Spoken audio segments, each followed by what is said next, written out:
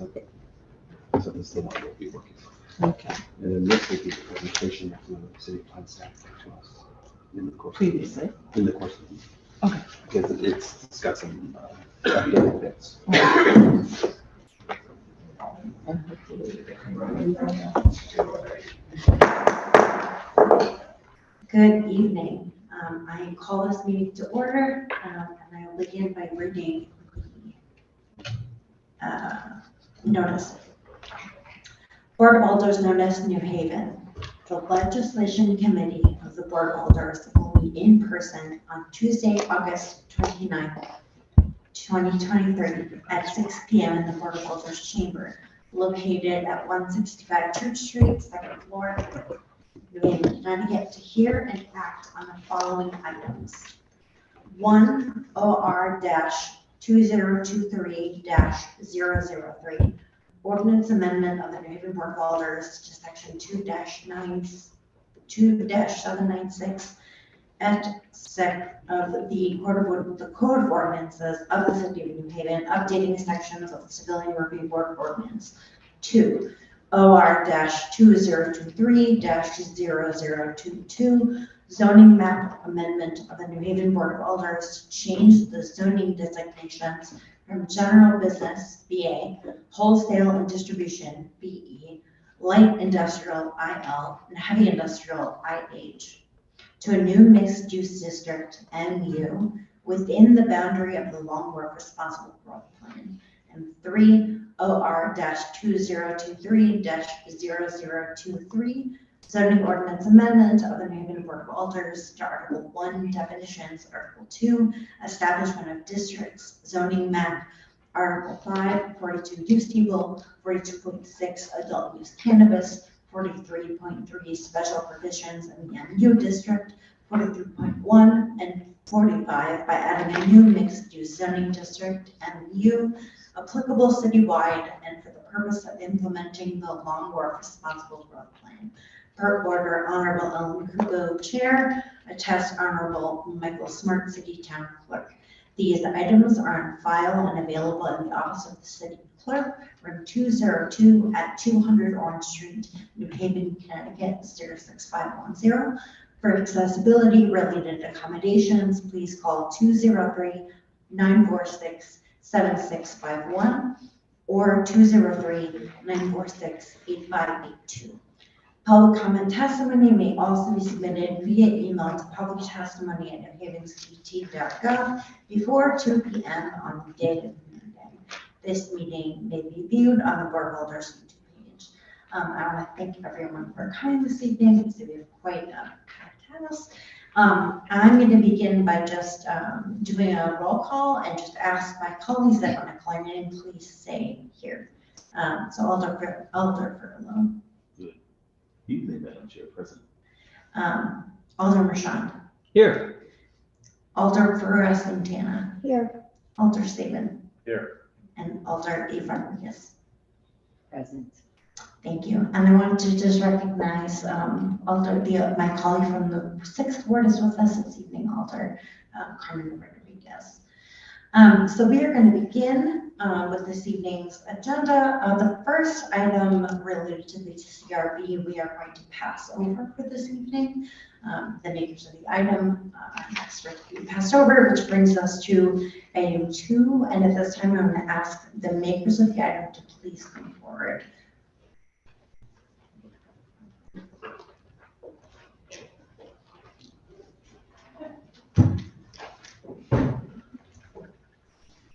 And I'd just like to welcome our former colleague from Ward 9, Charles Decker, who is in chambers with us this evening.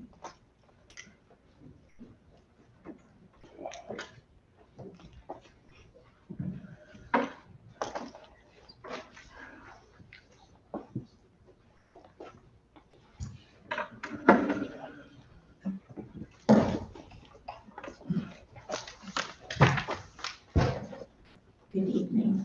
Please state your names and addresses for the record. My name is Nate Ugran. I'm the Deputy Director of Zoning. My address is 9 Fife Court, Atherton, Connecticut.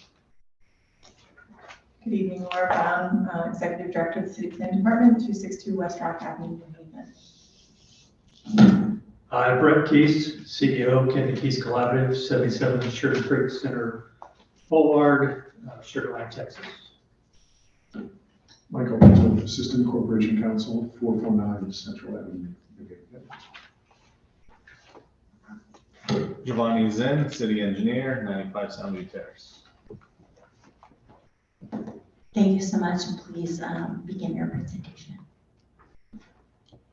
Thank you. We do have some slides to share, so I think Nate, I may stand and do the slides if you want to start. Before we do that, I guess just to reorient everyone to where we stand here, there was a submission to the Board of Alders for the Long Wharf rezone. To put it into broader context, I think you're all well aware that there's a moratorium in place right now on Long Wharf prohibiting development. And the intention of this rezoning effort was to align the zoning, thank you so much, with the existing Long Wharf Responsible Growth Plan that was adopted by the Board of Alders as part of the city's comprehensive plan in 2019. So we have been working over the past year to develop this rezoning or the ordinance that's before you tonight.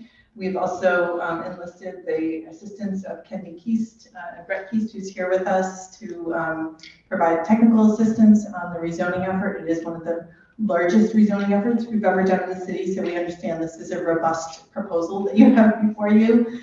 What was submitted at the beginning of to the Board of Alders and heard by the Legislation Committee at the beginning of August was our first revision. We've since then made some additional proposed revisions to the ordinance that we'd like to go through with you to start. We understand there may be other discussions as well, but that provides a start to so you can understand those changes. In the documents that you have and that were submitted to the Legislation Committee, the markup, which is the red line version, the red line includes the added text that we originally submitted to the Board of Alders. The text in yellow, that's highlighted in yellow, is the text that was additionally added since the last submission, since the Board of Alders submission. So that is what we'll be going over primarily tonight. We do have the slides from our presentation earlier this month, so we're happy to answer questions with regard to any other elements of the proposal, but we'll focus tonight on those revisions made within the last several weeks. Sound good? Thank you. Okay, great. So I will turn it over to Nate and we can. Oh, yes. Not working? Oh, it's full. Not quite. It's a turn on. Yeah, here we go. Thank goodness we have an engineer. Yes, the engineer. Oh, all right, we're getting a little ahead of ourselves here. Okay.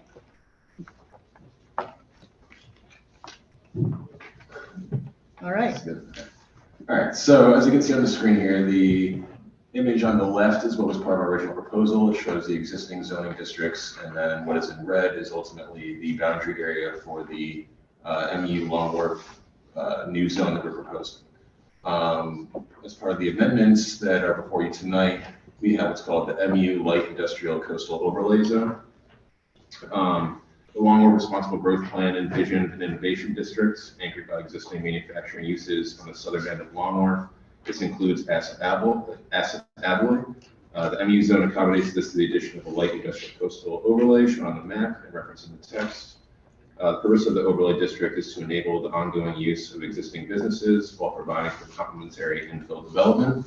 Again, this is part of the testimony that I received from Asset Abloy and other constituents with respect to allowing that use to continue and expand possibly.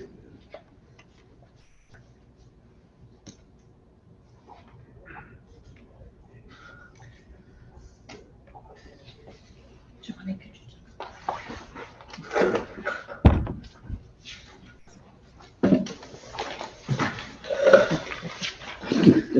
All right, so what you see here before you is that we have the MU Long Wharf and the MU broken up into separate columns. Originally, it was one column with, it would say, XR, special permit, special exception, / XR, special permit, special exception, meaning that the first The first designation was for MU Long Wharf and the second being MU. We decided to make it a little clearer from a graphic standpoint and have it be separated by column. So it's not a separate zoning district per se, it's just a grammatical revision.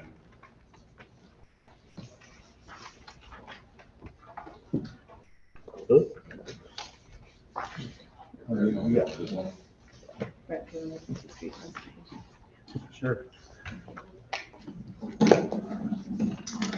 Since the last version that you saw, there were questions and clarifications requested regarding the street types through conversations with departmental staff. It was decided to delineate those by public streets, those that are existing rights of way, versus private streets would be those that are internal to any proposed development, and then alleyways as well. The primary changes that you see here are the front setbacks are now minimum and maximum, as opposed to the terminology that was previously used, referred to as a build to. Everything else is pretty much the same. The primary clarification was the point at which the setback begins.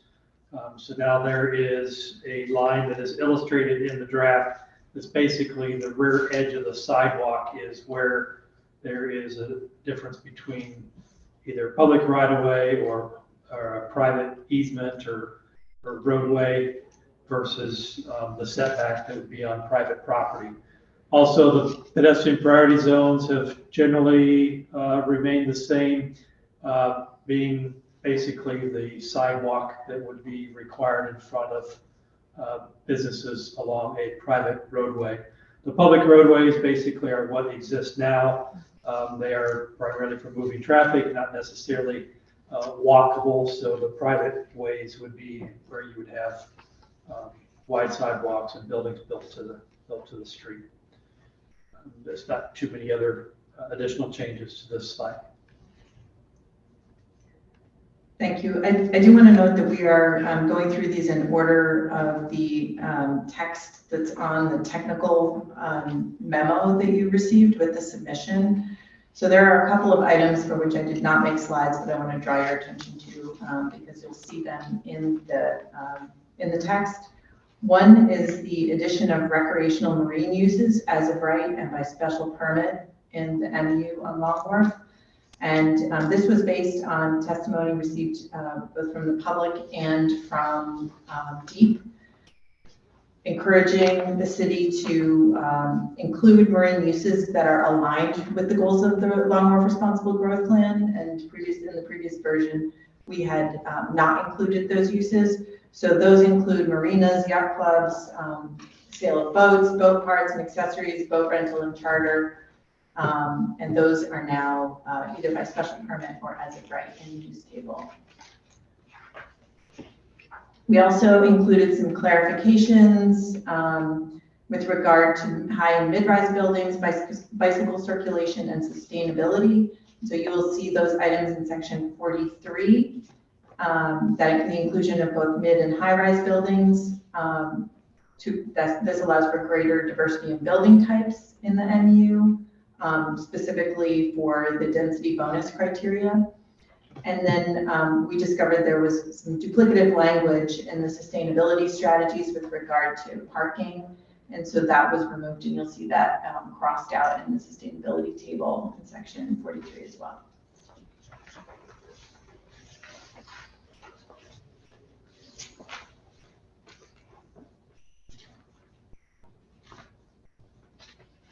Okay, I'll go ahead and discuss this one as well, since this was also related to the testimony provided by DEEP. The text amendment that DEEP had proposed, one of the elements of that was with regard to drive egress from residential and mixed-use buildings. And the text that was previously proposed, we discovered had some grammatical errors because of the cut and paste feature that we used. But we also had some meetings both with engineering and with Corp Counsel to discuss clarifying the language so that drive egress, it was very clear that dry egress is not from the boundary of a site development, but from the actual building. So it seems logical that should residents need to escape, that they be able to do so, not just from the boundary of their property, but from the actual building itself. And so the amendments that you see here, what's proposed and highlighted in yellow, and the second component of that is what we would suggest. This is a change that is not made in your current version, so this would need to be an edit to the current version, should you accept it. There's minor language changes here as well, since they had suggested that that be to a location outside and above a mapped special flood hazard area, which we felt was redundant because if it's outside of the special flood hazard area defines the elevation, so it actually wouldn't need to be above. So just outside of that area was sufficient. I'll turn that over to you. So in our original submission, we originally proposed a parking requirement where the maximum allowed parking for developments in the MU district would be 75% of the sum of the parking requirements for all uses. Based on the feedback that we received and an unintentional creation of the minimum and maximum being the same number as part of that process, we decided to utilize the existing commercial gateway district parking maximum numbers. Yes, the updated version removed the requirement of 75% sum and aligns the parking and bicycle standards in the MU with the existing commercial gateway districts. While other zones in our ordinance are based on a parking minimum, the MU and CGD will be based on a maximum. So again, this is in alignment with the testimony that we received and provides further clarification on the minimum maximum component. And as you can see here on the slide, the table on the bottom is what the current commercial gateway district parking maximums are. So that would be the same numerical numbers for the MU. Just one additional point. I did have a conversation with the Director of Transportation, Traffic and Parking, Sandeep Vaisola, about this as well. And, given the concerns that were raised at the last discussion regarding the current status of transportation options to Long Wharf, there is concern about the high density of residential being developed there without adequate access for residents. So this somewhat addresses this, but I believe by eliminating the minimum, that's an important aspect of kind of getting a good fit for parking based on what the market demand is. I mean, we can't say what the market demand will be for apartments in the next 5 or 10 years, but it's important to eliminate the requirements, the minimum. We believe this maximum gets us a little bit closer to allowing for some adjustment in what developments may need to meet their parking requirements based on what they anticipate in the development. Does that make sense?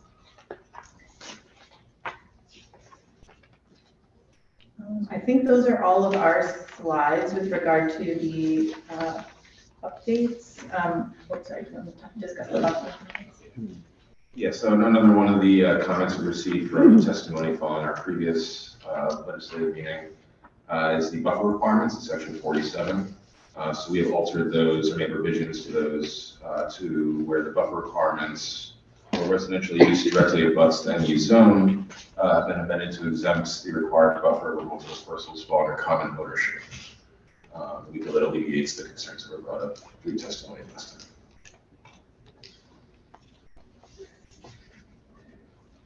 So that concludes our presentation of the technical changes we've made since the last submission. Thank you so much. So we did keep the public portion of this meeting open since last meeting. I think we've received some number of written testimony prior to this meeting, and I wondered if City Plan could comment on them. The ones that you've received and maybe if we do. I know that a few came in quite late this afternoon. Yes, there's quite a lot. So some of them I've not been able to fully review. Maybe if you could direct me which Sure. ones in particular you'd like us to comment on. Thank you. I know that coming at our last meeting, Asa Floyd submitted testimony, and I wondered, could you provide an update on their testimony and how that fits into what we see before us? What we've proposed with regard to the overlay is certainly in response to their testimony, what we heard from them. I understand that there is additional testimony. I don't know if you'd like Ben to present that to you first, but I'm happy to respond to that. I can do that now or after they present. After. Okay. Thank you. Yep.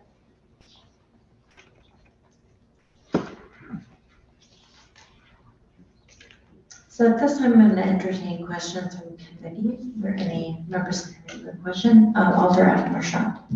Thank you, Madam Chair. Thank you for your presentation.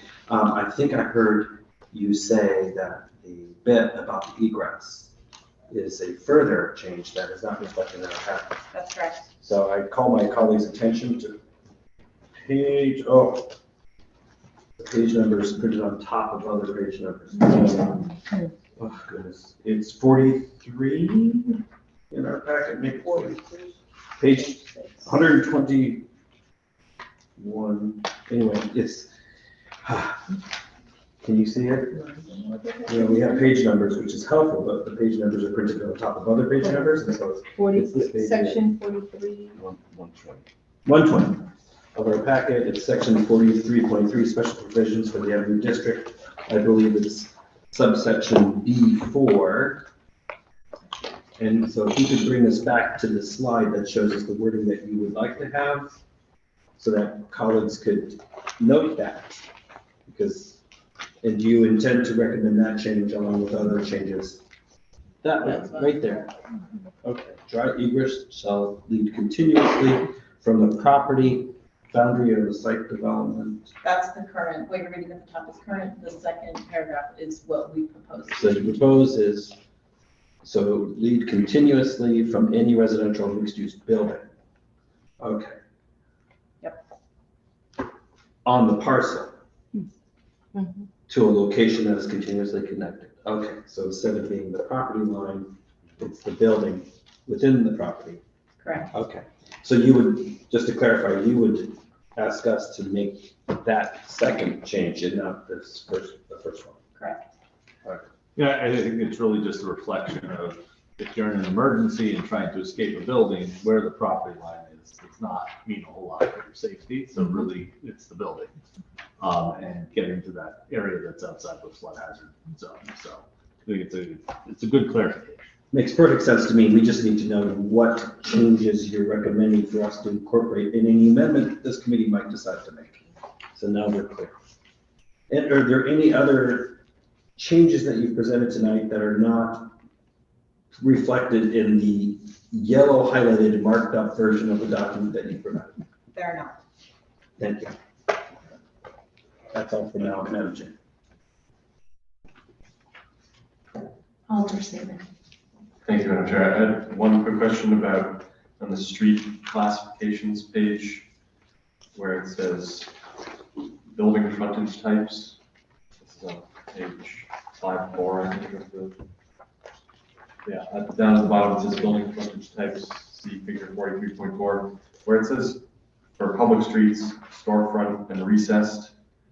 I was trying to understand exactly what that meant, and if like there are some diagrams in the packet explaining what a storefront street frontage is and what a recessed frontage is. And I was wondering if you could explain the goal there and I guess what this will accomplish. Yeah, those particularly apply to the private streets or those that would be interior to development. The purpose of that is to allow people to provide different building frontages and to clarify where the point of measurement would begin as to their front setback. So there are different building profiles and each of those profiles could be accommodated on that private street. It's just specifying basically that the setback begins at the rear edge of the sidewalk and will go to the front edge of the building, irrespective of where the entrance may be, the different frontage type. The public streets are not expected to be highly, pedestrian friendly with buildings built to the street. And so that's why there are different frontages for those. The expectation is that the buildings would be set back farther from those with more green space and a sidewalk, as opposed to being built right up to the street edge with a retail type of frontage. So on the public streets, the goal is not, the idea that we are expecting not to have retail frontage on the public streets? You might have free retail frontage, but the expectation would be that buildings would not be built to the edge with on-street parking and have wide sidewalks and have all that, that street atmosphere as much as you would on a private street that are designed to be very pedestrian focused, pedestrian friendly. Okay, I think what I'm confused about is you're saying that we are thinking that we are not expecting to have retail on the public streets, but it says storefront as one of the only two allowed building frontage types. So that's, I guess that's where I'm confused. If you could clarify that. If I can clarify that. It's not that there may not be retail along those public streets. It's basically how the building interacts with the street. On a private street, we would expect that the buildings would be built all the way to the sidewalk, have very wide sidewalks, have amenities. It would be more for a shopping type of environment. Whereas along the public street, you would have a sidewalk with more of a green frontage. Buildings would be set back farther from the street right away. Okay. I guess I'm trying to understand if we're not expecting retail, why, am I reading it wrong that if on the public streets there are only there are two options, you can either have a storefront frontage or recessed front? The public streets are, designed to move traffic. They're higher speeds, they're higher rights of way. There's more lanes, and so they're not necessarily a pedestrian environment as much so as what the private streets are designed to be. Okay, I'm not sure I'm understanding exactly how the storefront being the required frontage fits with that goal, but I'll yield to Sharon. Any other questions and comments?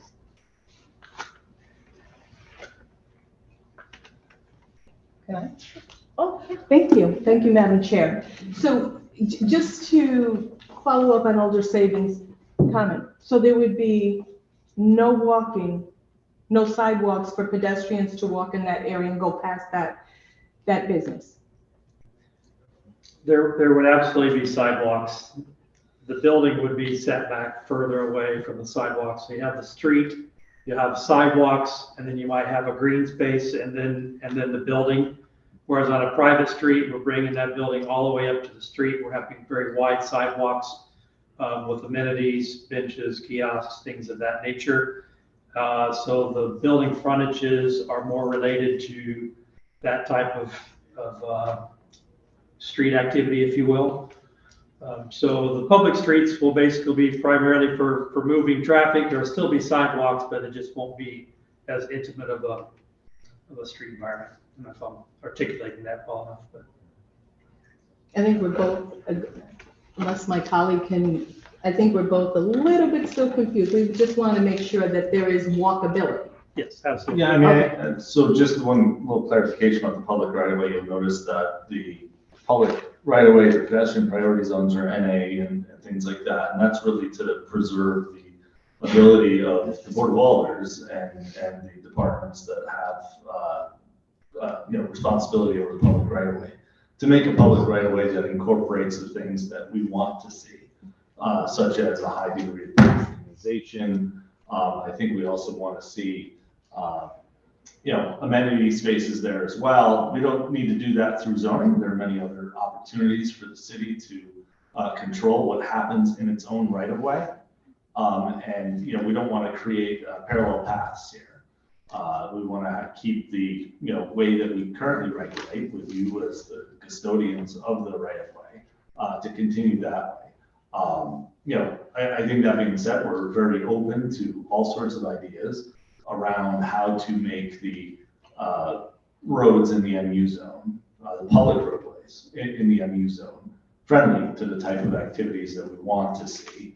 I'm sure some of you've seen, some of our thoughts around Wooners and the Harbor District, for example, and things of that nature. Really kind of creating this into an area where people can meet the sea, enjoy our waterfront, and do so in a way that's safe and not competing with traffic. So just a little clarification on sort of how this is structured. Thank you so much, Madam Chair. Thank you for your clarification.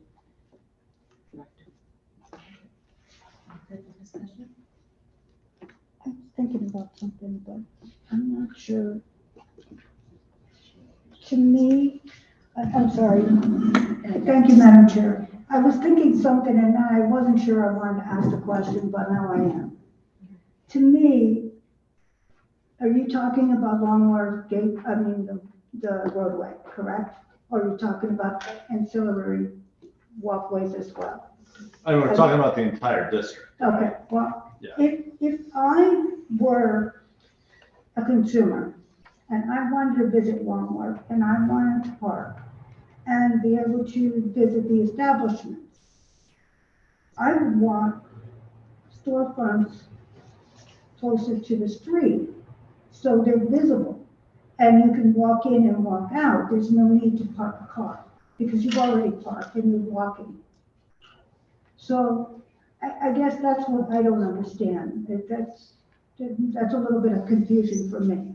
Like if I'm driving down Long Wharf and I see, Lazy Boy factory outlet, let me go, stop and park and let me see what's in there. But if you've got a lot of greenway, you're not going to be able to see the buildings.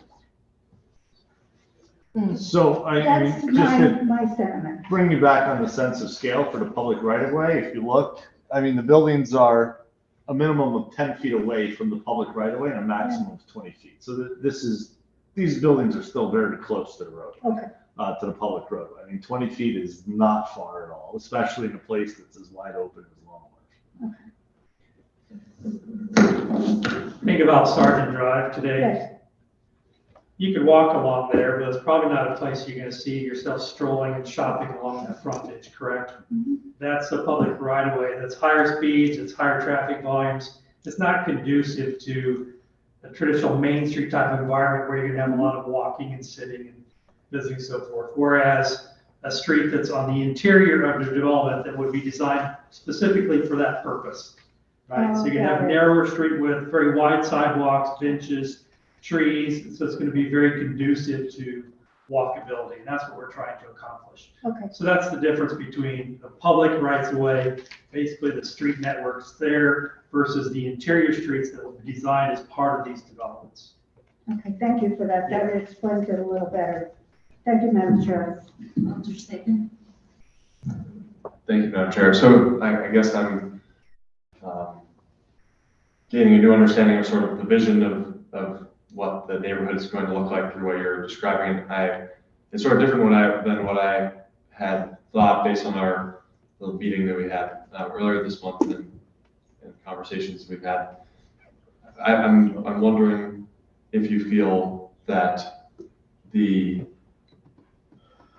goal of having walkability is going to be well served by us sort of maintaining the wide roadways that we have on the street, and sort of it feels like if the district continues to be broken up by very large streets with a significant amount of vehicular traffic, it will be difficult to get between one block that's created by a development that maybe has one private street versus another private street.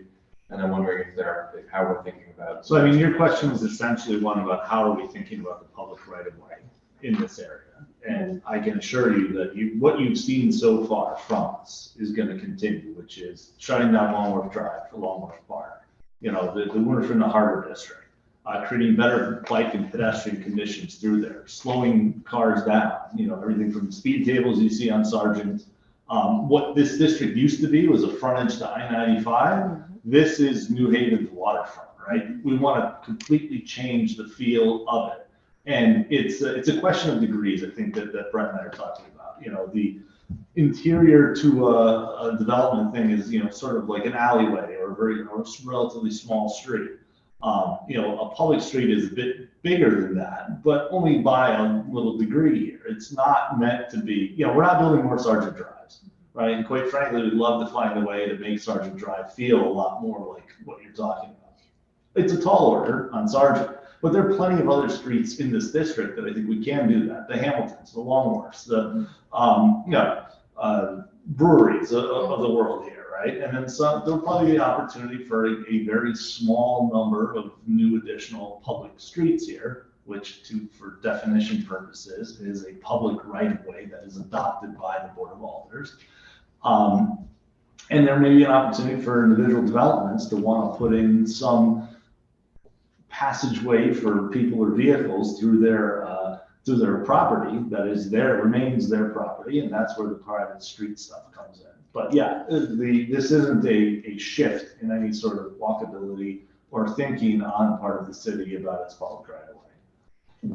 Thank you for that explanation, I appreciate it. Thank you, Madam Chair. Thank you. So seeing no further questions or comments, I would like to ask if you'd stick around. We're gonna open up the public portion, call up our first speakers. Thank you. So we was in town. We won't make you share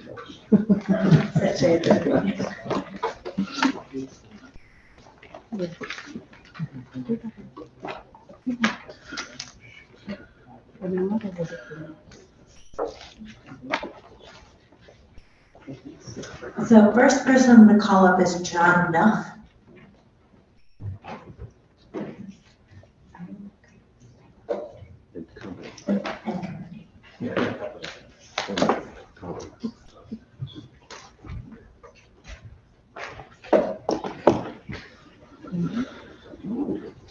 So I'm going to ask you to state your names and addresses for the record, and just let you know that we're going to cap testimony at 3 minutes. Okay, we can be quick. Yes, that sounds great.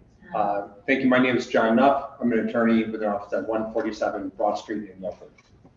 Sarah Sharp, land use attorney with offices at 147 Broad Street in Milford. Jack Dwyer, the Senior Vice President for ASA Abloy Incorporated, with 100 Sargent Drive is my address.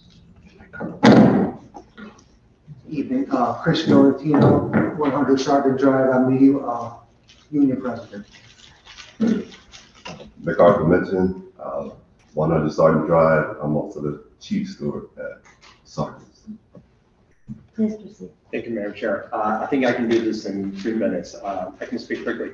So, yes, we did submit a letter around 2 o'clock this afternoon, and I apologize for the fact that it was submitted so close to the opening of the hearing this evening. It was primarily because of the need to address the flood ordinance, and we understand that that's not on your agenda this evening, but it was very important to us, and we wanted, this is literally our only opportunity to put anything on a record, not just the record, but a record with regard to that flood ordinance. So let me go through my letter very quickly, and obviously you have in front of you to read in more detail. So we want to do 3 things. One is talk about the changes that the staff made in response to our testimony from several weeks ago.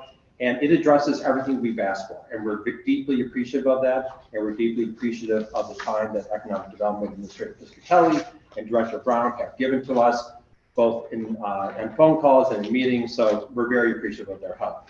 So it does everything that we've asked them to do. What we've done is simply make some, lack of a better word, lawyerly corrections, because these are regulations that you hope and we all hope are going to be regulating this area in the city of New Haven when all of us are no longer practicing law or sitting on the Board of Alders, or it's going to be left for other people sitting in our seats to figure out what we all meant back in 2023. And so there are changes are really only for that purpose only. It's just for the utmost clarity. Second, the Longworth plan does a really good job of saying, we want to keep Asa Abloy in its place. We want to, help it thrive.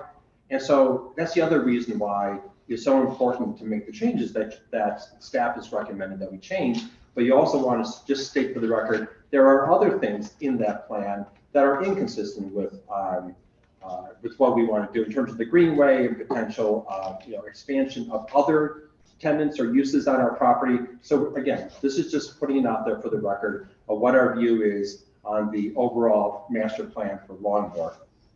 And the third purpose of our letter, and the really reason why it got into you late, is because we became aware of the flood damage prevention ordinance, which we have no objection to, except for one provision that I've articulated in the letter, which is 5.115, that will undo exactly what it is that your staff did for us in terms of allowing us to expand and continue in its current state. So what we wanted to do is, at least we know that the second reading is happening on September 5th. My letter has a typo, which says September 6th. We know that the second reading is on September 5th.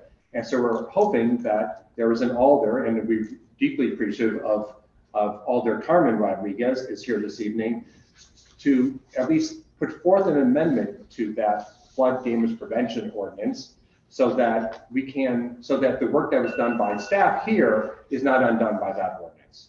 So, how did I do? Nailed it.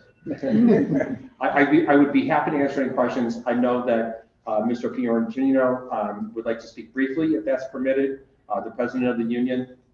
Thank you. Thank you. Really quick, we have over 300 union jobs there, and we're still continuing to grow, and a total of about 500 employees that go into that building every day. So if we could just protect our own land so we can grow on our own property, we would really appreciate that. Thank you. Are there any questions or comments? Alderman Rashad? Thank you, Madam Chair. Thank you for your very concise and timely presentation. So I'm just looking at the letter. Yep. And it's 3 pages. It's 4 pages. Okay. And just to be abundantly clear, what you would ask us to consider is further changes to the version of the legislation that the city plan staff would recommend that we change in the ways that they just described. And there's 5 bullet points, and then there's a page that actually has, I think you've attempted to make explicitly clear what you're asking. Right, exactly. This is the page? Yes, and to be clear, I don't view these as substantive changes. They're only clarifications to make them more precise. And, and I understand that the staff had yeoman's work to do in terms of all the changes that it created or drafted from our last meeting. And so, again, we just want to make abundantly clear, so there is no dispute when people are interpreting this in 2043 as to what was meant of what we all did in 2023. So, but there's no substantive change to what we're proposing, just clarifications. Okay, so those are summarized in the bullet form on page 2, but then made explicit here in page 3.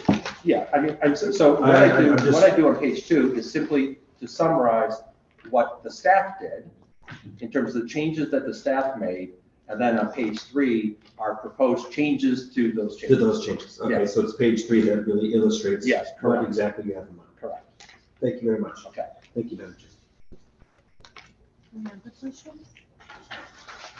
Thank you so much. Okay, thank you. Thank you. Thank you. Appreciate it.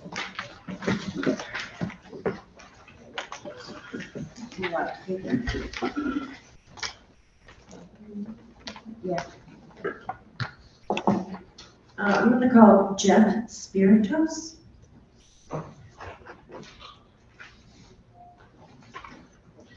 Good evening. Hi there. Please state your name and address for the record. You'll have 3 minutes of testimony. Jeff Spiritos, 360 State Street. Madam Chair and everyone, great to be here. I want to speak in favor of this proposal, especially its environmental progressiveness. We are mass timber developers. We have 2 projects underway in New Haven at this point. We are strongly in favor of this district being enabling the maximum incentive for mass timber buildings as a way to decarbonize the environment, the built environment, which contributes so much to carbon issues throughout the world in its steel and concrete structures. And thanks to the progressiveness of New Haven, we want to suggest that a maximum number of points be awarded for buildings that would be built out of mass timber. Mass timber using trees for its structure, the only renewable resource that's still used for tall buildings, really completely changes the way buildings' carbon is put into buildings. 55% of a building's embodied carbon is in its building structure. So if you can make that structure out of wood instead of out of steel and concrete, you've gone a long way in order to be able to reverse climate change. And New Haven is a big, big, big leader in the United States when it comes to its support for mass timber buildings, for passive house buildings, for environmental progressiveness. And I just want to suggest that the maximum number of points be awarded for developers who will utilize mass timber as their building structure. Thank you very much. Thank you. And are there any questions? Alderman Shaw. Thank you, Madam Chair, and thank you for your presentation. I take it that you support that it is included in the language around sustainability bonuses, but it sounds like you're asking us to up the number of points that a project would get if it were to be constructed using mass timber. Is that correct? Alderman Marchand, you are absolutely right, 100%. Right now, the current proposal is for it to get 5 points. How many, do you have a particular number of points you have in mind? Since your maximum is 8, I believe, I suggest 8. Okay. Thank you for that clarity. Thank you, Madam Chair. Any other questions? Thank you very much. Thank you for your testimony. Take care. All right, at this time, I will call up Carolyn Cohen and Jaheen Bai.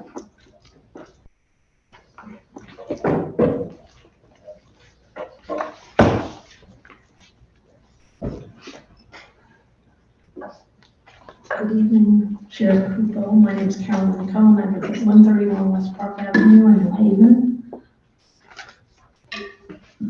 I'm Dean Dyer. I'm the project manager at Criterion. I live at 2818 Steinway Street, State of New York. Chris Sullivan, I'm on Criterion Group as well. I'm at 2-01 50th Avenue in Long Island City, New York. Melinda Agrana, principal at Newman Architects. My address is 115 Westwood Road in New Haven. Thank you. And you'll have 30 minutes for your testimony. Thank you. I'm counsel for the owners of 600 Longmore, where Sports Haven is currently located. And just because there are some members who were not present on August 1st, I just wanted to distribute what our plan is to this group, if you don't mind. So we are probably going to be the first very large development to utilize these regulations. And just to give you a sense of what the project is, there'll be 1,500 units of residence, there'll be a grocery store, there'll be hopefully self-storage, there'll be a parking garage. And on the second page of your handout, there's colors that show where everything is.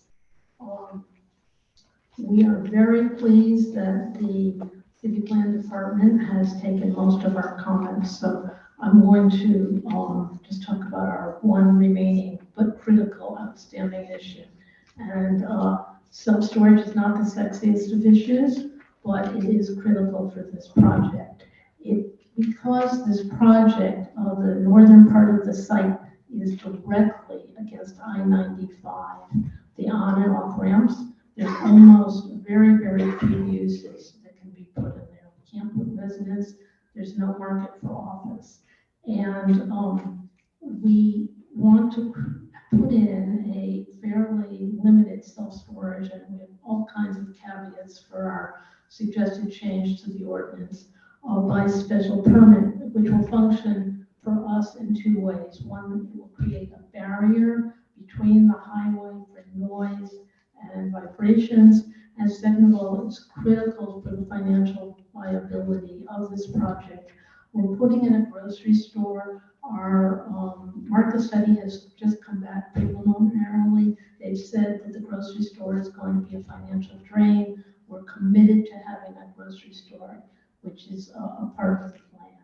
So what we've asked for and given you the language for is that in the MU district, in the very small harbor sub-district, that self-storage be permitted with 6 caveats, so that it be, and we listed that in our letter to you. The caveats are, it has to be just in the harbor district. It has to be within 500 feet of an interstate highway. It has to be part of a mixed-use development, so it can't be standalone. It is limited in size to the lesser of 10% of gross square footage, or 150,000 square feet. It needs to be in a building that's designed so it does not look like self-storage. And the building, if it faces a public street, I'll try to talk faster. If it faces a public street, it has to have retail and active uses on the first floor. So this is very limited, but it is critical for this project. Thank you. Questions from the committee?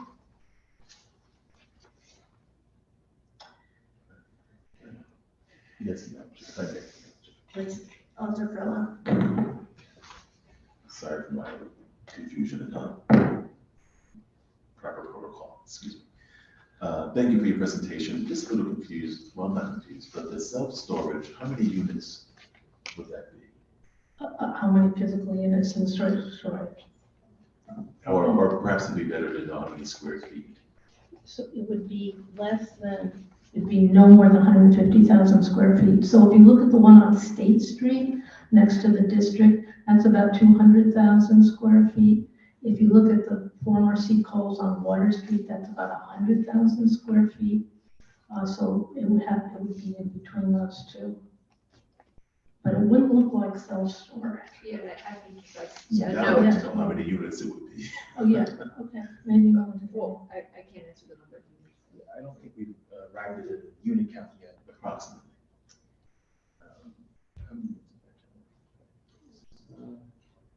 The reason why I'm asking how many units is because I'm trying to get an idea of how much traffic is going to be there. So just to give you a sense from a planning perspective, if we look at the State Street U-Haul self-storage facility, right, it's very spread out, it's big, there's a big parking lot around it. What we're planning for here is certainly not that, it's not a one-story sprawling self-storage facility. We're going up, I think, 5 stories we have planned for, so it's a much more compact footprint. And then when we're looking at site planning around our property, which is just under 10 acres, so it's a very large property, we're planning on introducing some of the interior roadways like the city staff was describing earlier. And we're looking at ways to direct all the self-storage traffic as well as grocery loading towards the rear of the site, so that it's never really interacting with and interfacing with what's going to be the very prominent private street that's going to have those big sidewalks and spaces for people to sit and shop and plazas and things like that. So we're really trying to direct the traffic away from those areas and around the back of the site. And I think your question had to do with how much traffic this is going to generate. And Chris, can you answer that?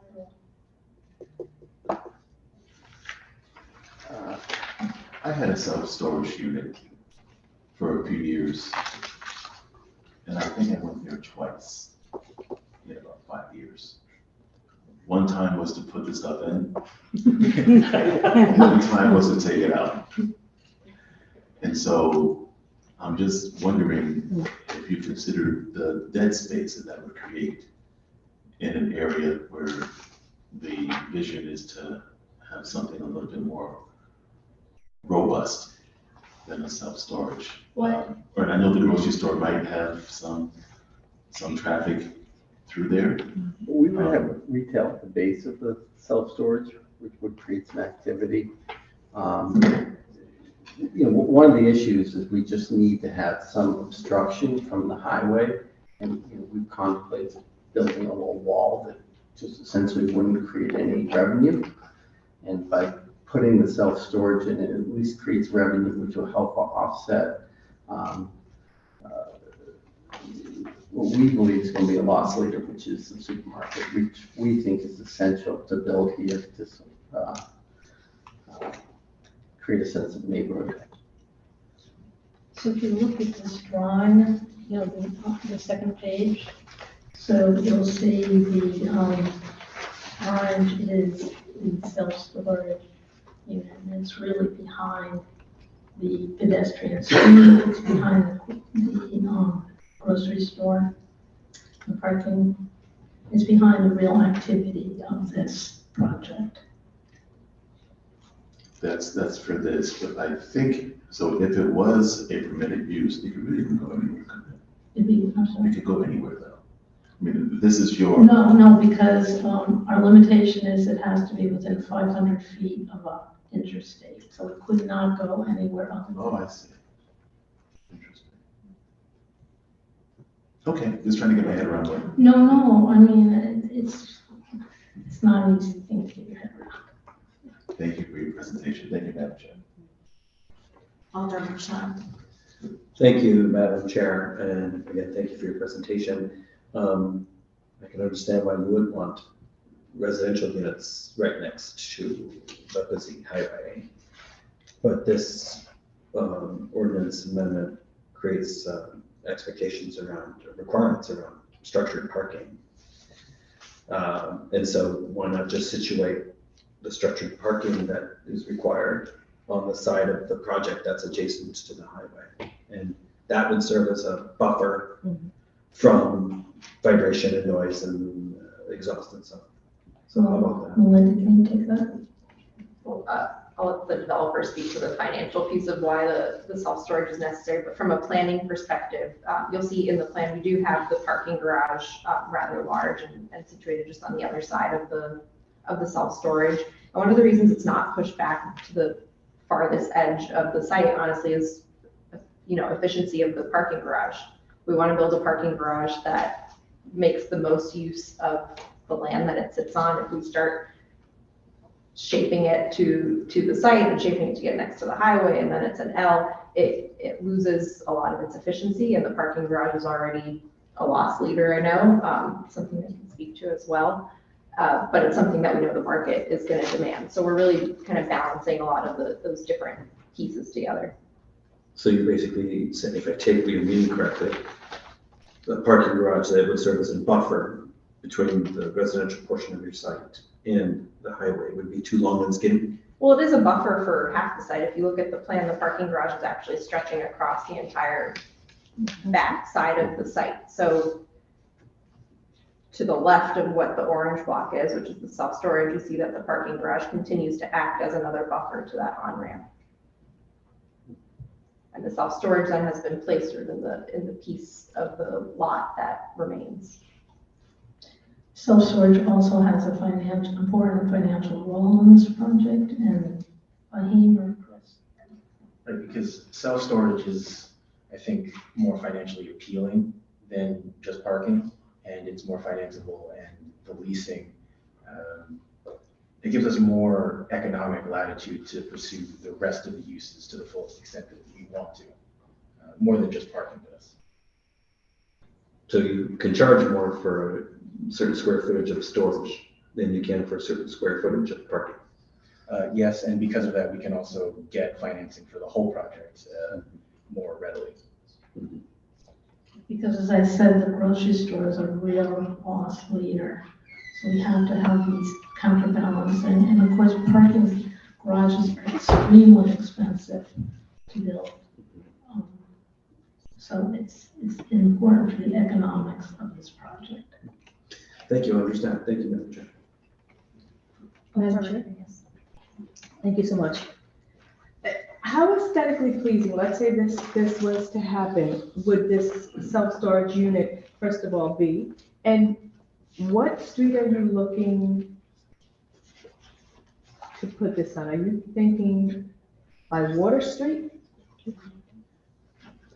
So are you on the second page of the plan? Yeah, so you see the orange block, it's facing East Street and Water Street. So it's on that corner. We have not yet designed the self-storage building. It's definitely premature for that. But we're anticipating design based codes and standards to be coming from the city in the phase 2 of this work. And we've seen so far in the new proposed zoning, and where you would anticipate as well, requirements around screening parking garages, for example. And we would expect similar language to be out there around a use such as a self-storage. And my second question. Can I just elaborate a bit on that? So one of the definitional or criteria is that the self-storage has to meet all the requirements of the MU district, which, as you can see, that chart are quite extensive, and it can't look like, it has to conceal the self-storage use. And it also has to, as was said before, on the ground floor have retail. So it's not your everyday self-storage building. The beauty of a self-storage building is that, unlike almost every other building, what happens on the outside does not have to speak to what's happening on the inside. So to Carolyn's point, that the building will be conforming to all the other architectural standards that are required in the zone, has no bearing on what's happening inside. You had another point, and I'm sorry. Yeah, well, no problem at all. I know that we're talking about the self-storage unit would have been a buffer of noise, if that's what I'm understanding. And again, as my colleague previously said, the parking garage abuts 2. So that would be the first buffer you would have. Don't you think that parking garage would be sufficient to be the buffer rather than adding the storage unit on East and Water Street? I think we wanted to have a mix of uses so that we're not just devoting all that space to parking. A combination of uses for that space, I think, is better for us financially and also just for diversity of use in the space. It's a big parking garage as it is. I don't think we want a bigger parking garage. I mean, when we speak to city plan department, they said they really don't want a car-centric development here. So we really don't want a bigger parking garage, even though those points are well taken. You also spoke on the grocery store, but you're saying it as it would be a loss. Why would you think it would be, are you thinking it would be a loss of revenue? Is that what you're saying? Yeah, that's what we're being told by Cushman and Wakefield, who's done our market study. They've said the residence is good, there's a need for that. The retail's good, the self-storage very good, but they've said that the grocery stores are a real problem for us. But they have, the criteria is totally committed. They said that 2,500 people living in this area, they need a grocery store. That's all my questions, Madam Chair. Alder for Santana. Thank you, Madam Chair. I'm having a problem with this because I hear your plight for this area, and I understand it's a buffer, but so is not the storage unit, but the parking garage. And you can put also trees and plants and shrubs and whatever it is, additional. So what I'm hearing is that in order for this project to be feasible, it has to have this storage component. Otherwise, it's not a feasible project. That's what I keep hearing from you. The grocery store is not a meal maker, but the self-storage unit is. Why do we need more? We don't. I mean, that's just my opinion, and this is what you guys keep saying. You need it to be a viable project, and in order for it to be a viable project, you say you can only make money if you put in a self-storage unit. So that's what I'm hearing, and I don't see the need for a storage unit because you can beautify it with plants and trees and shrubs. You don't need another buffer with another building. That's my opinion. Do you want to? I think just, unfortunately, I think our lenders might think otherwise. Trees as a buffer would be great here, they just don't generate revenue. And this is a large project that's going to take hundreds of millions of dollars to get financed. And we believe having self-storage would be accretive to the overall project and financeability.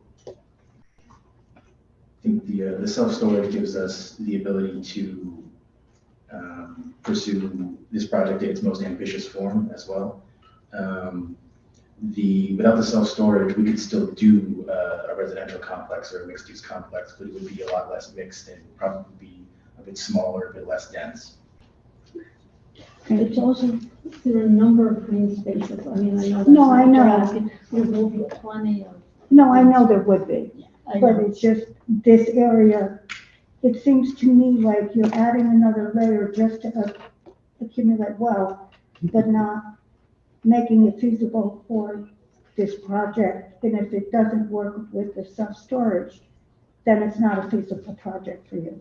That's what I'm hearing. Well, I think it's, what Fahim was saying is that it's less. Critical. It's a less large, a less Yeah. complex, it's less, Yeah, I get it. it's a less project. Yes, I get it. Thank you, understand. Thank you. Last question from Alder Rodriguez. Thank you. I want to say thank you for these illustrations. The storage, the area of the storage, you're indicating that it's not just, you're going to have some landscaping beautification around that storage area so that it doesn't look like it's a storage. Exactly. Melinda can. Yeah, the intention is to have retail at the ground floor of the self-storage building. So there'd be retail lining East Street right there along the street. Now, East Street is a public road.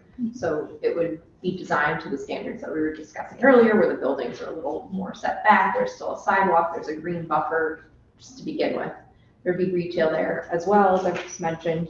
And the building would be designed to the standards that are required of the zone in general. So to the same standards required of the residential buildings on the site, of the grocery store, the parking garage, et cetera.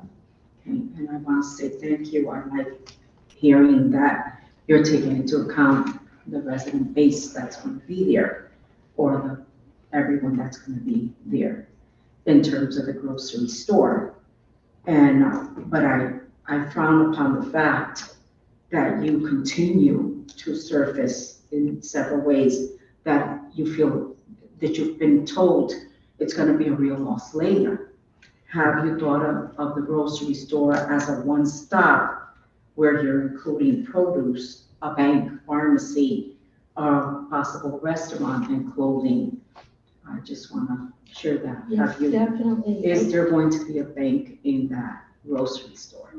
Not necessarily in the grocery store, but. Madam Chair, I'd like to just call a quick point of order because we're actually not approving a project tonight. So there could be questions about potential uses and what the regulations would allow. But we can't predict what this project will actually look like.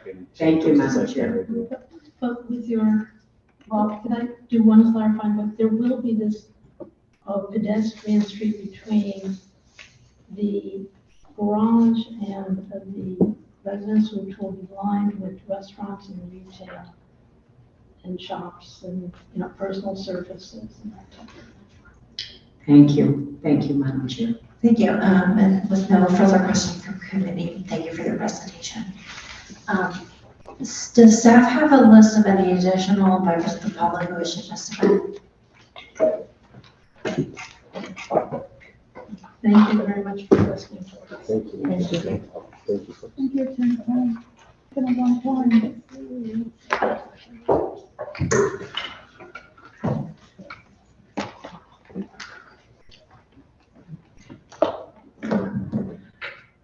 All right, I'm gonna call up Carrie Ambrosio from the Greater New Haven Chamber of Commerce.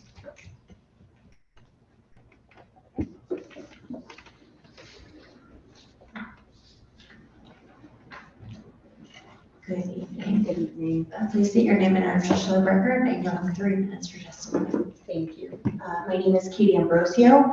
I am with the Greater New Haven Chamber of Commerce, and our office is located at 900 Chapel Street, 10th floor. Thank you for the opportunity to testify today regarding the city's petition to amend the New Haven zoning ordinance for the purpose of implementing the Long Wharf Responsible Growth Plan. I'm here today on behalf of the members of the chamber. We represent over 1,200 businesses across the region and including the city of New Haven. I previously made comments at the August 1st Legislation Committee meeting, and since then we have continued to engage with businesses in the Long Wharf District to understand how the proposals could impact their existing business operations. At the chamber, our main priority is ensuring that our local businesses are supported, and while the zoning changes have benefits, we ask for assurance that our businesses in the district are supported and not subject to new burdens. We've heard back from businesses in the district that there have been very productive conversations, and we respectfully request that alders and the committee and the city continue to listen to businesses in the district. And especially, here to reiterate Asa Abloy's minor revisions that they made earlier, addressing their concerns is good for our business community and sends a really strong signal. So we hope that the proposals continue to move in a very positive direction that will add to the vibrancy of the district and positively impact businesses. So thank you for your time. Thank you. Any questions or comments? Thank you. And I have the last person on this list is Nicolette Blevins.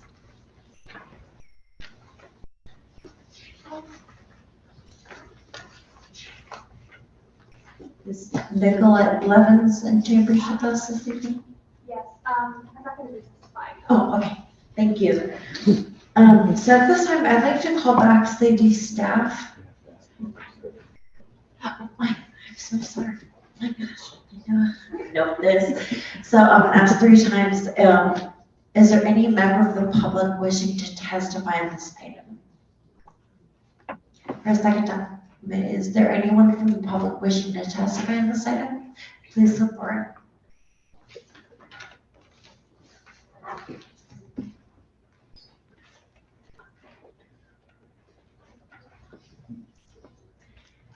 Good evening.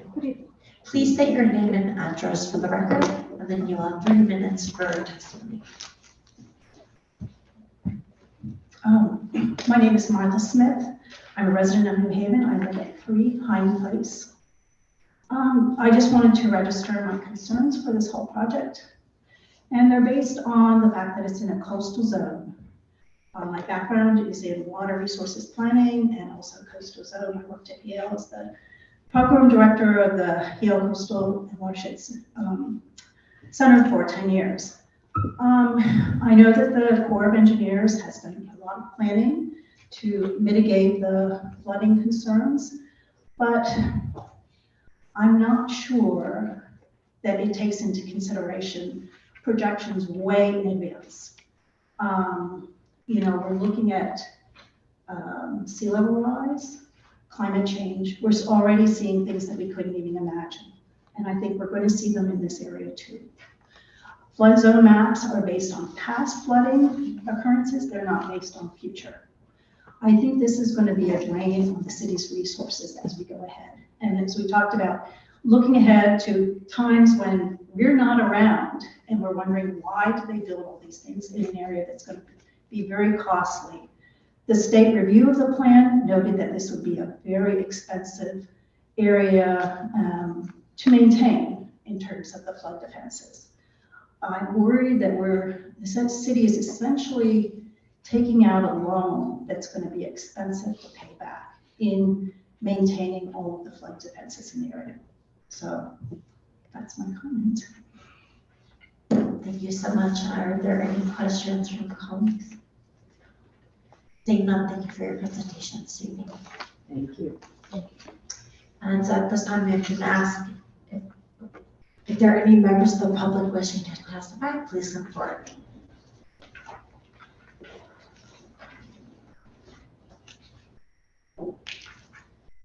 Good evening. Good evening. Please state your name and address for the record. I know 3 minutes of testimony. Yes, I'm Ann Stris. And if you could please.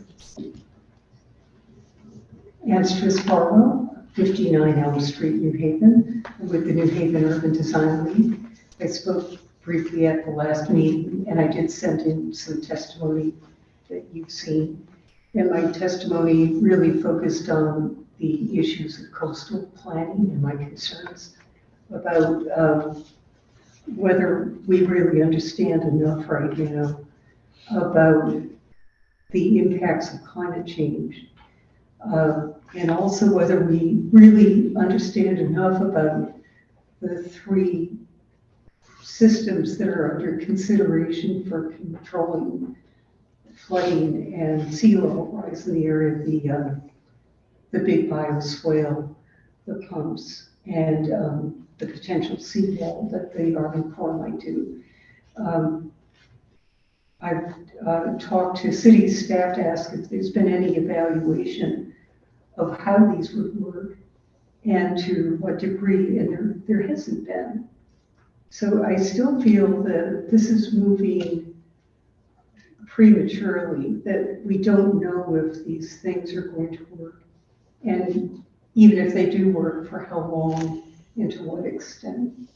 So I did take note of the letter from DEP that says we should understand that this is going to be very costly to the city.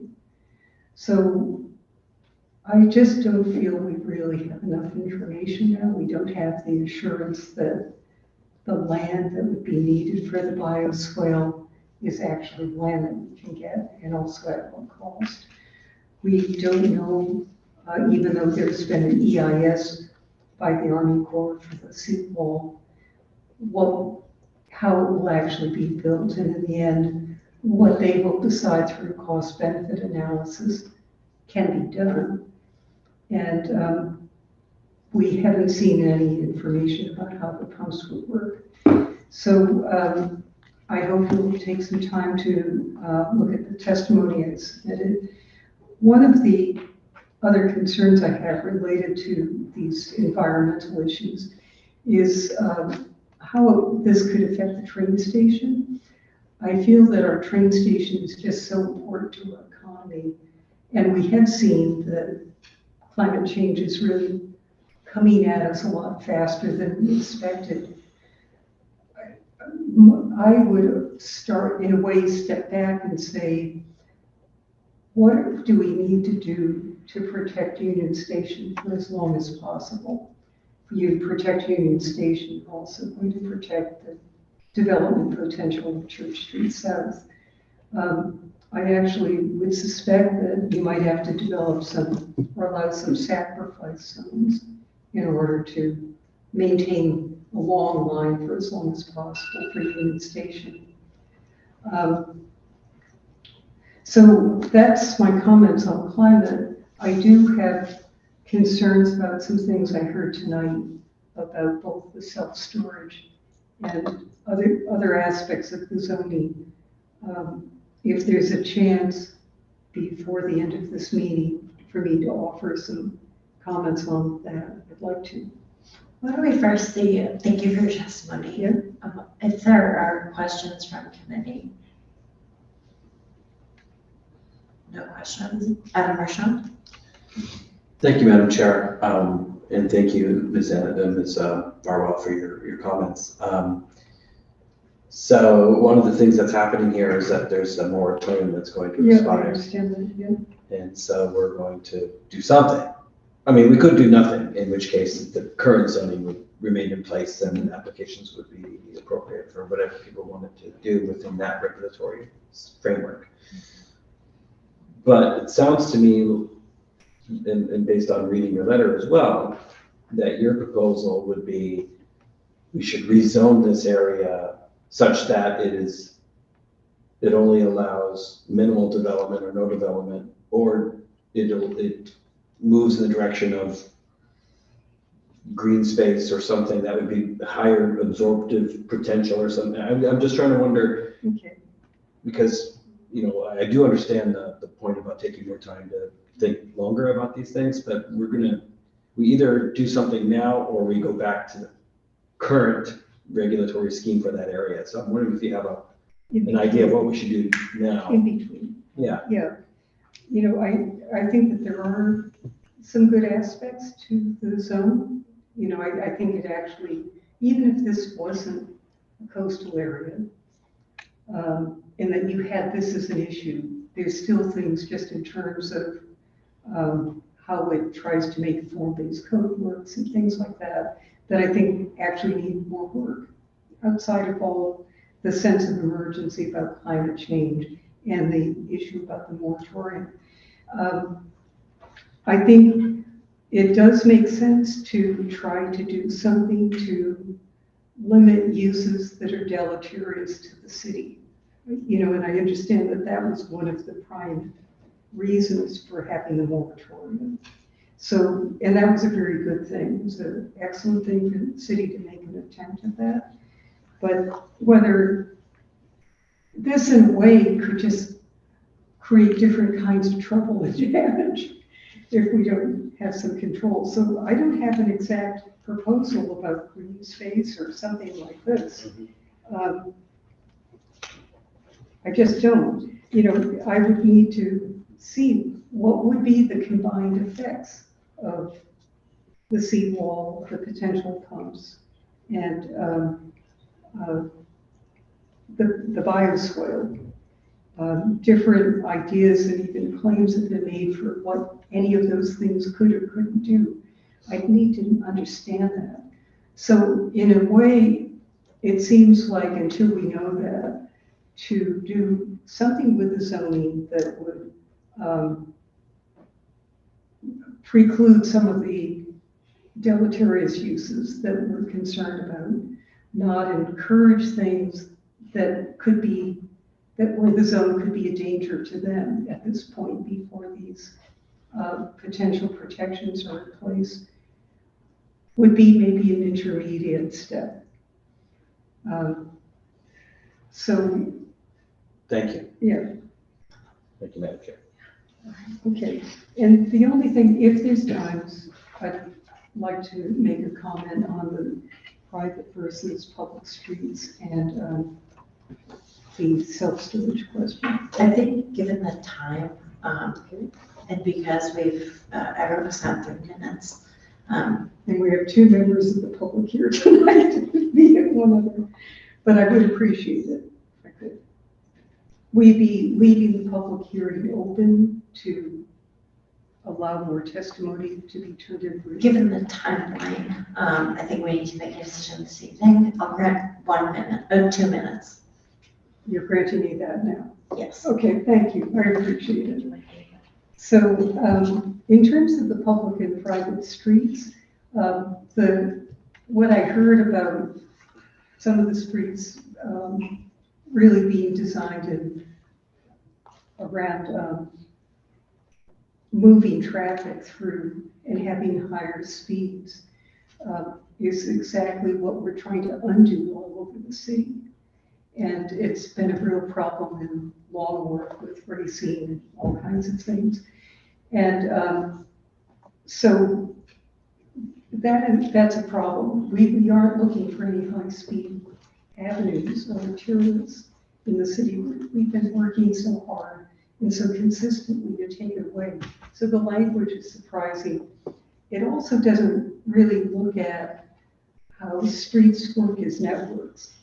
To say there's 2 different kinds rather than a network, that means you can walk on Sergeant Drive and walk into the private street. And it's all a continuous environment where this creates a very strange thing to say there's real streets and basically things that we are understanding as arterials. So I think something needs to be done to undo that in terms of how the zoning is written. I appreciate what our engineer has said, that the city can do things about the arterials, but I don't think the zoning should say there's real streets and lesser streets, faster streets. And then as far as retail on East Street underneath self-storage, if you just had retail under, let's say, a 5-story block of self-storage, who's going to it? That's across from another self-storage area. And there's, unless people are living above the store, where are your customers? So I don't think that that's a solution. That street is near Worcester Square. It needs more people around it. It shouldn't become a wall. So I think that there's still a problem with the self-storage issue. And at this point, we've only seen claims of financial hardship. We haven't seen documentation. And even if it was, you should get a second opinion. And I don't know if the financial issue is an issue for the Board of Aldermen and for zoning to look at. I don't know if it's properly before you, those claims, unsubstantiated claims. Thank you, Ministers. I will ask if there are any other members of the public who are wishing to testify. For a second time, is there any members of the public who are wishing to testify? And for a third time, if there are any members of the public wishing to testify. At this point, I'd like to call back city staff.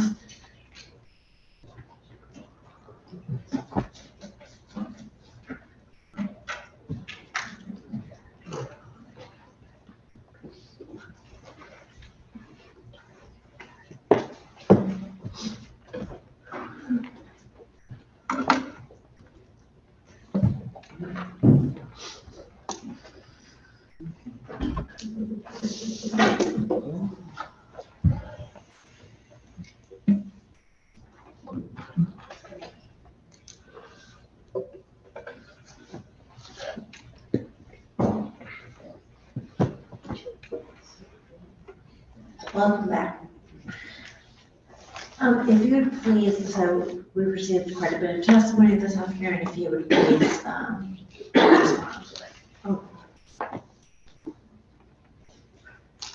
Thank you, Madam Chair. Yes, I took some notes on the testimony and we have some responses. I actually do have some questions, and I think there are some items that I feel like could be discussed together to better understand what you all would be supportive. Let's start with the Asa Abloy testimony. And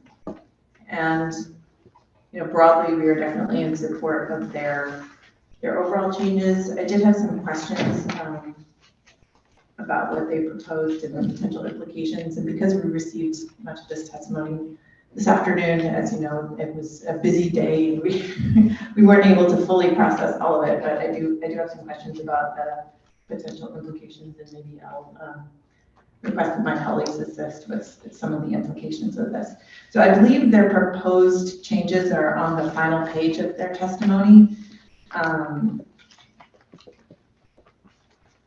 fully in support of the modifications to the language that would appear on the use table in the asterisk. This use is far permitted as of right in the MU Light Industrial Coastal Overlay Zone. Does everyone have copies of this testimony? Would it be helpful to?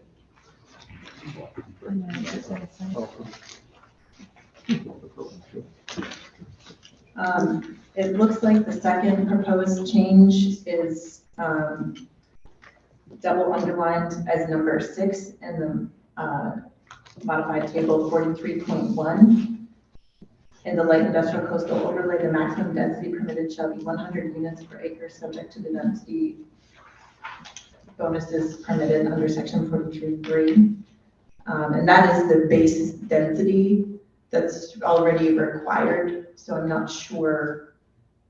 I guess my question is. Yeah, reviewing it, I was,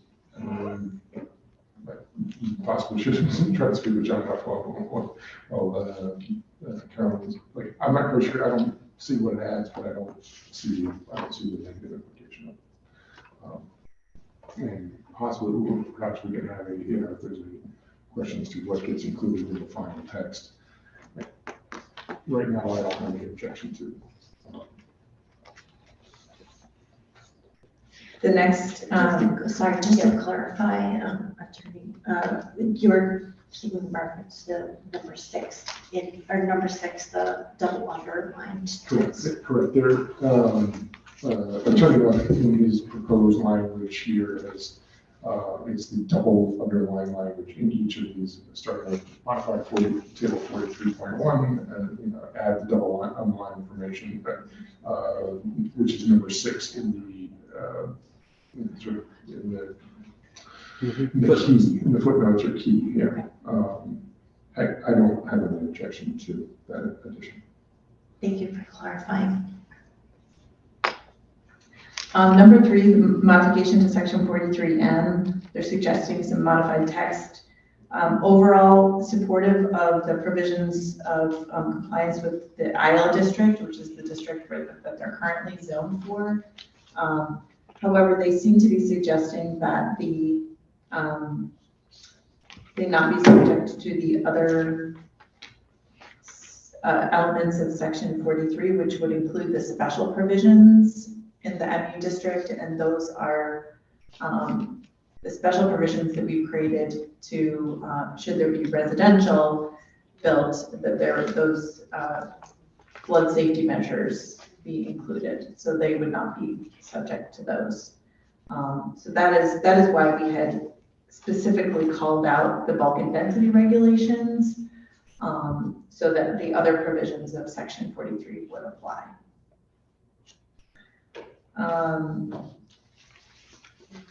Modifications to section 45 would be modification of the parking standards. Yeah, it appears that the double underlined addition would exempt them from the CGD parking standards that we've proposed. And that becomes a policy question for the, for the committee. As to whether the sort of overlay makes more sense, given the industrial use.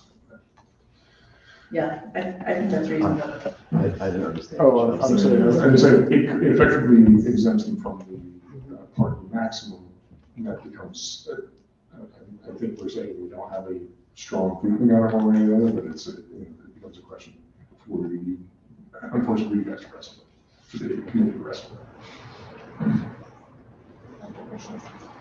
Thank you, Madam Chair. Just to be abundantly clear, let's just be specific about what the CGD standard is for parking and what an exemption would mean. I think it means it would allow more parking. Correct. Right, so can we put a number to it? Because if we're going to make this judgment call, we should have the information. Well, I think really what it would do is it would continue to maintain the large parking area that they have as a legal conforming use, as opposed to, or because we sort of regulate the parking and we regulate uses, obviously. It would continue to mean that ASA's large parking areas are continuing to be conforming uses that are not federally grandfathered. Right, so that in the future, should ASA wish to modify their property, add an addition, for example, the zoning, if the parking regulations change, then they would need to come into compliance with those new regulations in order to be compliant. But if this proposed change were incorporated, then they would not have to do that. But it wouldn't require them to reduce parking now, but only in the future if they're wanting to modify their property, expand their operation or something. Okay. They want to be able to preserve their parking. Correct. Understood. Thank you. I believe those are the 4 changes requested by ASA. The next piece of testimony was with regard to the mass timber, the change Yes, go ahead. Madam Chair, I'm just, if I may, I'm just wondering because we really need to get this right. And this is the meeting before our meeting. And I'm wondering if it might be a good idea if we invite Attorney Nuff to come because he may want to say something after they come. If we can just do this all together, then maybe we can get through to make sure that these 4 changes that city staff is understanding is what he is actually requesting, so that we can be done with that portion, if you would honor that. Thank you, Alder Phillips. Yes, if we could have Attorney Nuff, please come forward and join this table. I'm fine right here, thank you.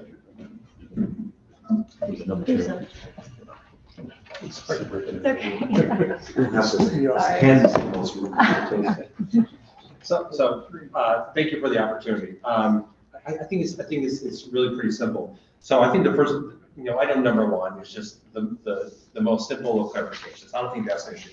The reason why we added number 2, the modified table 43.1, is because in number 3, 43M, we are exempting ourselves from all, and by the way, this is what in the original proposal by staff does as well. It exempts us from certain requirements. So because we're exempting ourselves out, we're just putting ourselves back into the density of that zone. If there is a basis for concluding that the 100 units per acre is already existent, then I guess we don't have an objection. It's more of a exercise in filling any gaps in the way the regulations have been drafted than anything else. We're not trying to achieve any sort of advantage or be treated differently or better than anyone else. It's simply because we're exempting ourselves out from certain requirements. We're just sort of filling the gap of this one provision of 43.1. So then there's no other reason for it other than that. I mean, obviously, our whole goal here is to maintain the existing industrial use and not to convert it to residential. So that was the purpose of that. 43M, it was just to be a little bit more explicit, because if you look at the reason why we're talking about the 43.4 MU building requirements, there are a lot of requirements that are not applicable. And I'm looking at table 43.4 MU building regulations. For instance, they have step back requirements, which makes a lot of sense in a tall residential building. It makes no sense for a 1 or 2 or 3 story industrial building.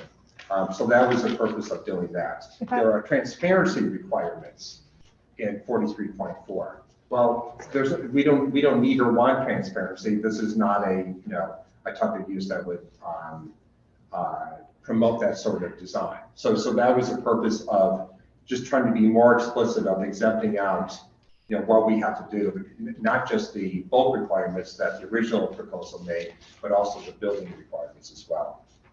And then the last one is pretty simple. It's really because the requirement that parking be in the rear. If you look at that section,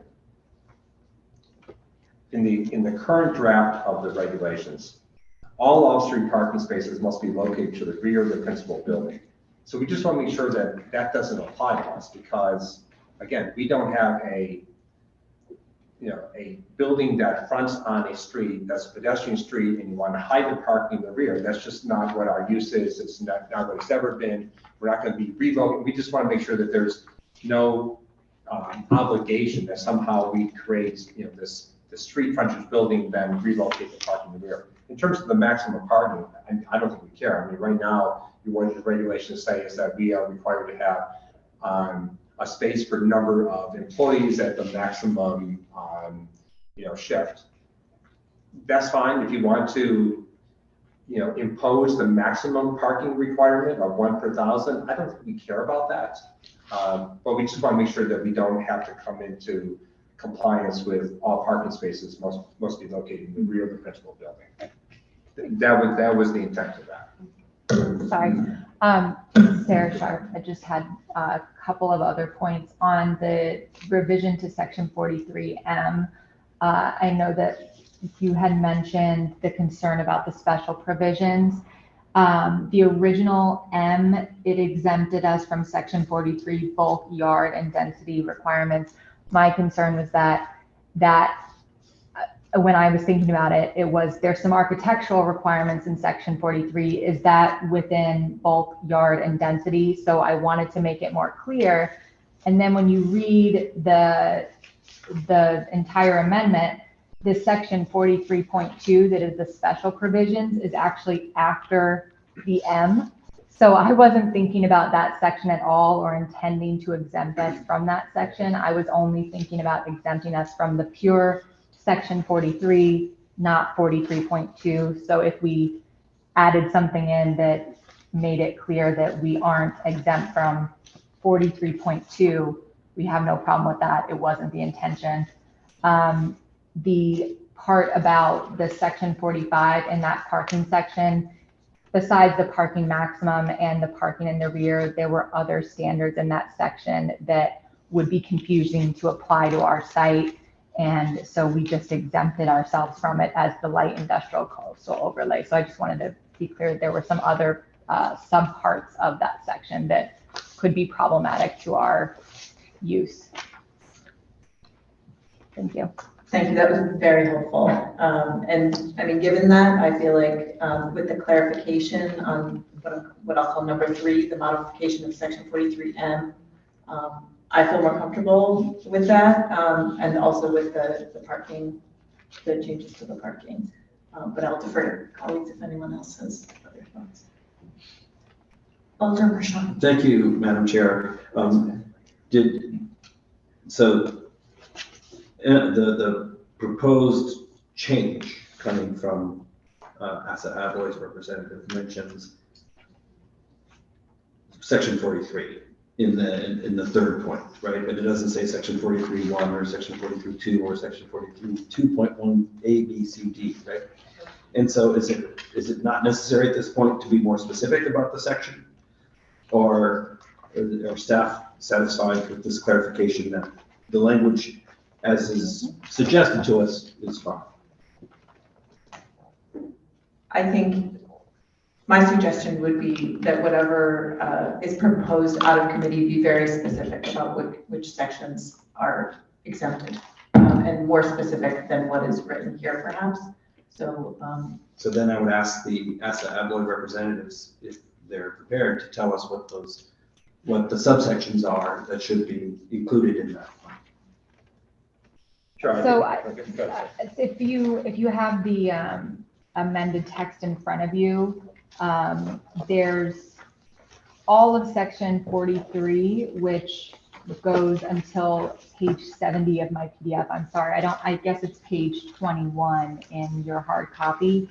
Then there's a new section that starts out with a big bold underline header, section 43.2. And that's the section that I think Laura was concerned about us being exempt from, and that we have no objection to being included in. It's the, flood, public access, residential related requirements. So I guess that is on the bottom of the page, it says section 43.2, page 1, and the section that I was exempting the overlay zone from was section 43. So I can try to clarify it more with language, but you have the draft. You have the complete. You have the complete draft. This is it.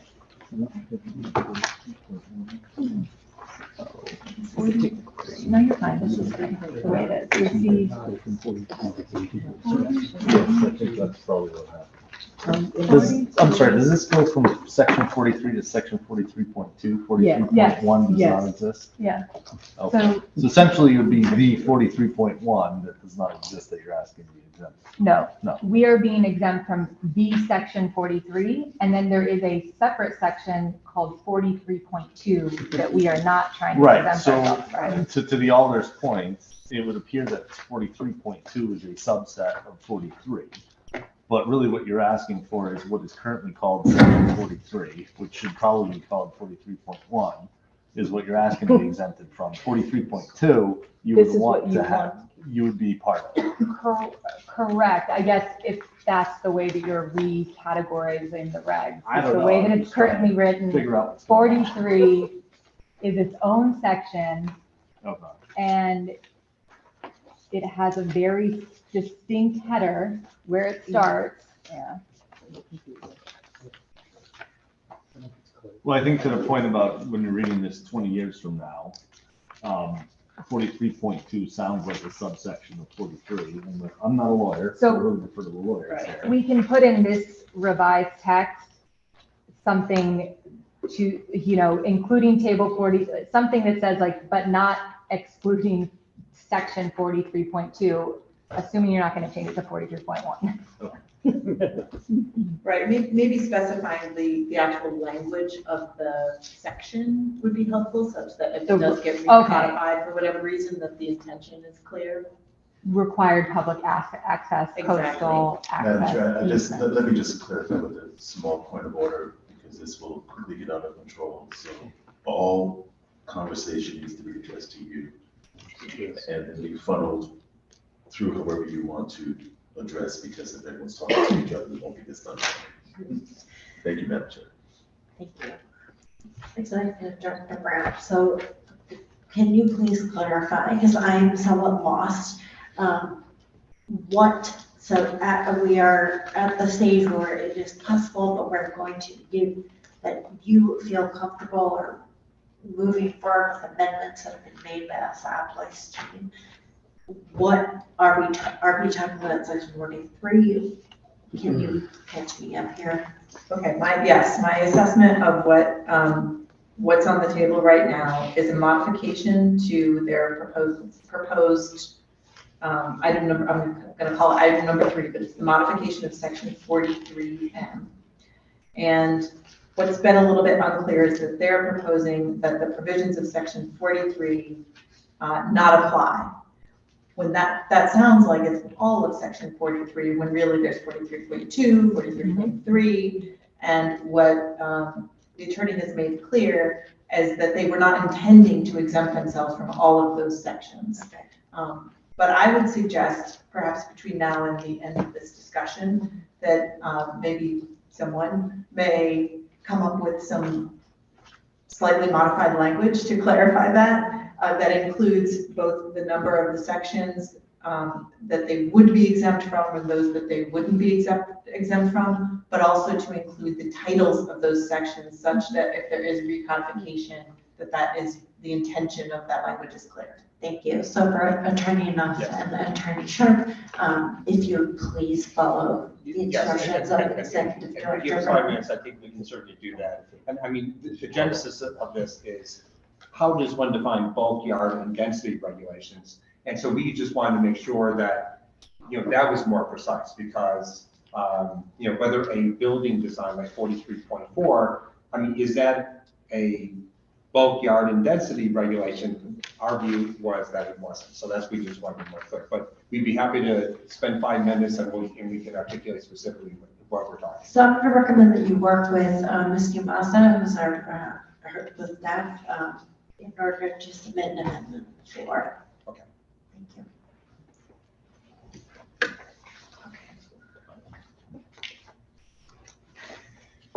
you. Well, if I may. Alder Furlow. I think if they can do that in 5 minutes. Yeah. Then perhaps we can finish up with the rest of the testimony. Thank you. And then if you would, Madam Chair, perhaps you can call them back after they're get it together, and then we can do all this tonight so that we're not confused or whatever they say. Thank you, Vice Chair. I appreciate you having us back. I and got I you, think that Madam Chair. makes sense. I got If you can take 5 minutes. Thank you. So, yes, can we continue on with your notes regarding the testimonies that were given? Yes, thank you. I heard the testimony regarding the change to the sustainability bonus for mass timber, and I would support that. That's fine. I feel like we are giving a number of credits for mass timber, but, you know, based on what I heard from our sustainability director, that's something that's very important to the city. I don't know a lot about mass timber myself, and the implications of it, but it seems reasonable. And would this be, my understanding of the gentleman that came before us, talking about mass timber, wanted to be the maximum, and that's 8. It is currently 5. Is that correct? Yes, the current points in the sustainability strategy graph, or chart rather, shows it as 5 points.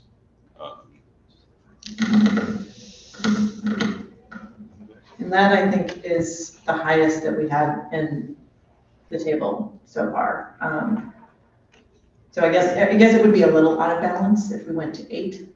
And I don't know how to compare it to other proposed sustainability strategies, so that's something to consider, I guess. I saw Alder Rashawn. Alder Santana. Thank you, Madam Chair. Max, I'm confused because I'm not sure I understand the maximum number, max lumber to a building for carbon footprint is 55%. What exactly does that mean? Rather than having concrete and steel bars and beams, that we use wood? Is that what I understand it to be? I don't know a lot about mass timber building myself, so it's not a question I can answer. But you know, how we had originally scored it was in line with other sustainability strategies that we thought were similar. If there were people that knew more than I do about the implications of mass timber, I would say we should consider it. If not, I think it's, you know, what we've done is a pretty good attempt to give it what we think is appropriate for points. Thank you for that clarification. I've just never heard that before. Thank you. Generally speaking, I'm sorry, not generally. Generally speaking, the like concrete and steel construction versus mass timber is very energy intensive to refine steel, refine iron ore to steel and to make concrete. That's the versus the, you know, sort of press the timber and glue it together. And it's a very sturdy. And actually, my understanding, Mr. City Engineers, it's actually fairly weather resistant. Doesn't have the sort of rock problems and rust problems that you would encounter, particularly in that area, because you're talking about a salt environment. Basically, a building technique that really allows you to replace a lot of those higher energy materials, and it's a lot stronger. Thank you, Madam President. I mean, Madam Chair, getting tired now. It's late. Please proceed. Okay. The next piece of testimony you heard was from the team with regard to 600 Long Wharf, and their first proposal was for the changes with regard to self-storage. I think we should be a little cautious just procedurally about the way, I mean, the nature of the discussion kind of turned into a site plan review, and we need to step back and realize that we are zoning and that this is a very specific request. Generally, I am not in support of self-storage for the city, and because I do think it deactivates spaces. It's often not a great use of otherwise valuable land. So I'm cautious about recommending self-storage. One thing I think should be considered is that they've given a great deal of attention to a number of things that would kind of mitigate some of the otherwise adverse effects of self-storage, including the discussion about activation on the first floor, the location. This will potentially, you know, may unlock a project that could be very beneficial to the city, so that should be considered. However, you know, I would back out and remember that this is not a site plan review, this is zoning. So you need to keep that in mind as you consider consider this. So if you were to allow self-storage, I would say they've done a pretty good job of outlining how potentially adverse effects could be mitigated on Long Wharf by limiting the location and the size. Generally, I'm not supportive of self-storage. So going further, I mean, like that particular area is relatively circumscribed by the curve of, you know, the bridge and the highway is going to be there for, they're just finished building it not too long ago, it's going to be there for a very long time. It's relatively circumscribed, and if it is, as Director Brown said, as, you know, if it is indeed only allowed as part of a mixed-use development, required to have activated use, that does mitigate many of the concerns that we ordinarily, you know, the sort of negative externalities, i.e. the deadening effect that self-storage tends to have, or can often have. So. I don't know that there is a particular proposal with regard to their second point on parking. So I didn't get to present that, so I'm going to move on. And I did not hear anything with regard to number 3, multifamily housing. No. Right. Would you like me to address that? If it wasn't presented on, then. Okay. I'm happy to address any of those things that were in the written testimony, but perhaps not coming. It is part of the written testimony, yes. Let's proceed. Discuss it? Yes. Okay. So I'll discuss the multifamily housing first. So their proposal would be to allow multifamily housing as a right, which right now requires a special permit. There are, as you know, a number of reasons why we've included the special permit process as provision in the MU for residential. One is that this is the special flood hazard area. That's important. And we believe that's required to maintain the public health and safety for residents who may live in this area. DEEP had recommended to us that there not be any intensification of development in the floodplain. So this is already a stretch for us to consider pretty significantly intensifying use in the floodplain. And we felt like the special permit process was a more than appropriate process to allow or for developments to go through to allow for the consideration of things that would be above and beyond just zoning, technical zoning requirements. So these would be things like traffic considerations, other public health and safety concerns that would be heard through a special permit process. I do want to mention that we did an analysis of those developments that required a special permit within the past since 2018. There were 12 of them, none of them were denied.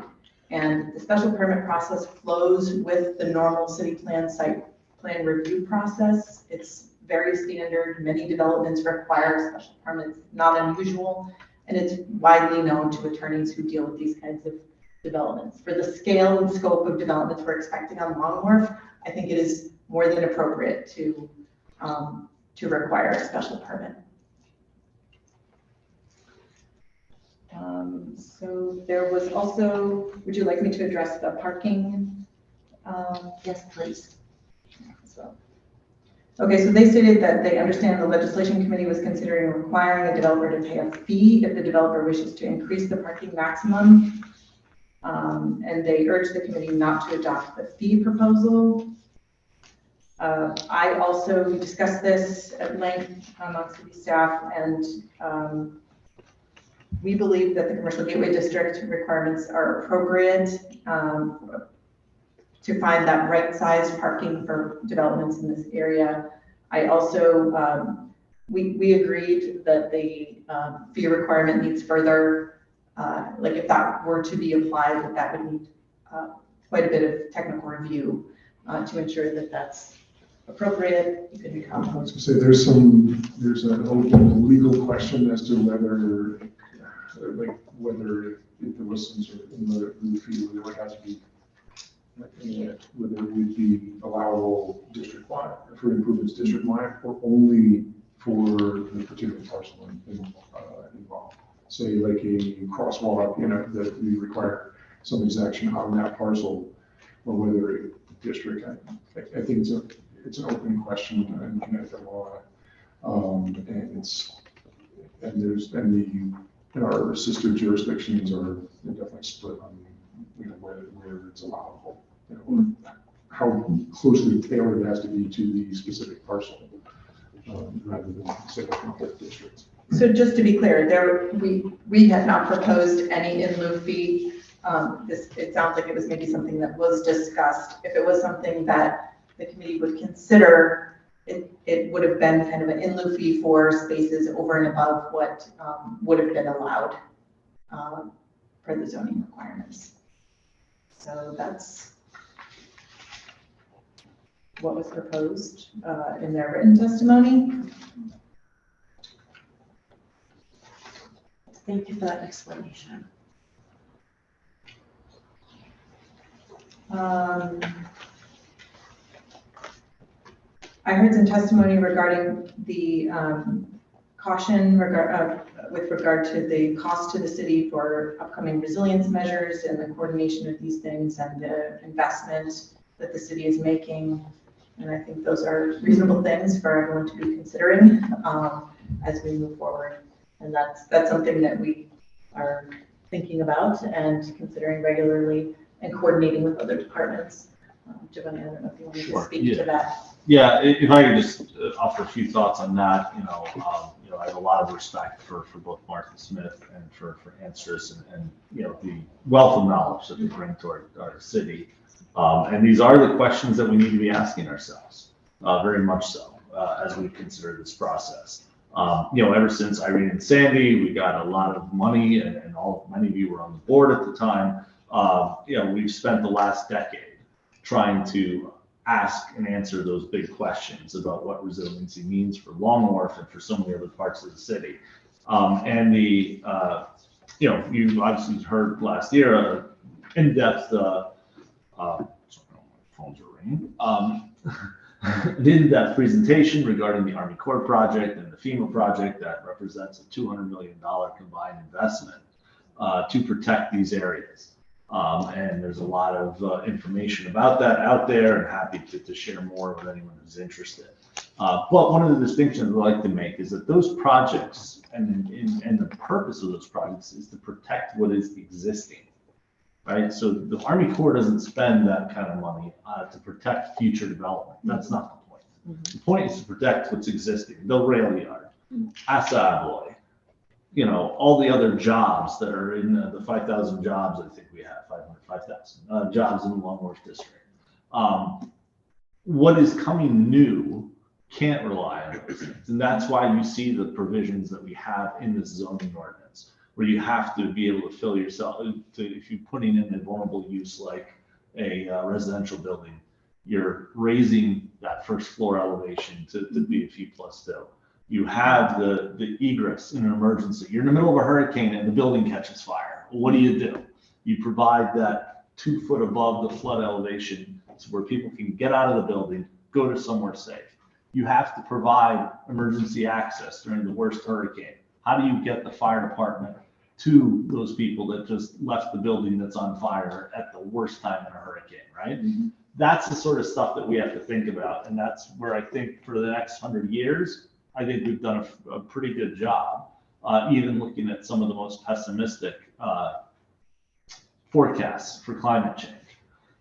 In 500 years, yeah, things may be very, very different. In 1,000 years, when Greenland melts and the city is underwater, maybe, we'll have bigger problems than the resiliency of Long Wharf. But to that point, what I think is a responsible horizon as your city engineer of 100 years, and it's a good planning horizon, I think also for development. I think that this does set a framework, and a fairly aggressive framework. It's not inexpensive, but to really bring all this new development up and out There's no substitute for elevation, and that's what we're really trying to do here. So hopefully that provides some clarity on that. Thank you, City Engineer Sen. Please proceed. Thank you. There was one other piece of testimony that I just want to comment on, and it was, I believe, Ms. Farwell who raised the issue related to public and private streets and not wanting to kind of sustain the high-speed driving issues that are known on Long Wharf right now. And certainly that was not our intention in designing this, to keep, you know, public streets as high-speed roadways. So really the balance that we're striking in the zoning is between what is allowable in the public right-of-way and the jurisdiction of the public right-of-way, and ensuring that the city has some ability to manage the public right-of-way as the various departments who do so see fit. And the Board of Alders has the ability to do that in line with the responsible growth plan. So also creating the pedestrian-friendly ways, but not being so prescriptive with the public streets that it's defined so strictly in the zoning. So what we have provided more attention to, and what you see here, is what happens with regard to those private streets, things like the Wooner type design that you may recall is being designed for the Coliseum site. So those types of internal public streets that, you know, we can, through zoning, be a little bit more prescriptive of for the developers. Thank you. Thank you. So if we could call back Attorney Nuff and Attorney Sharp.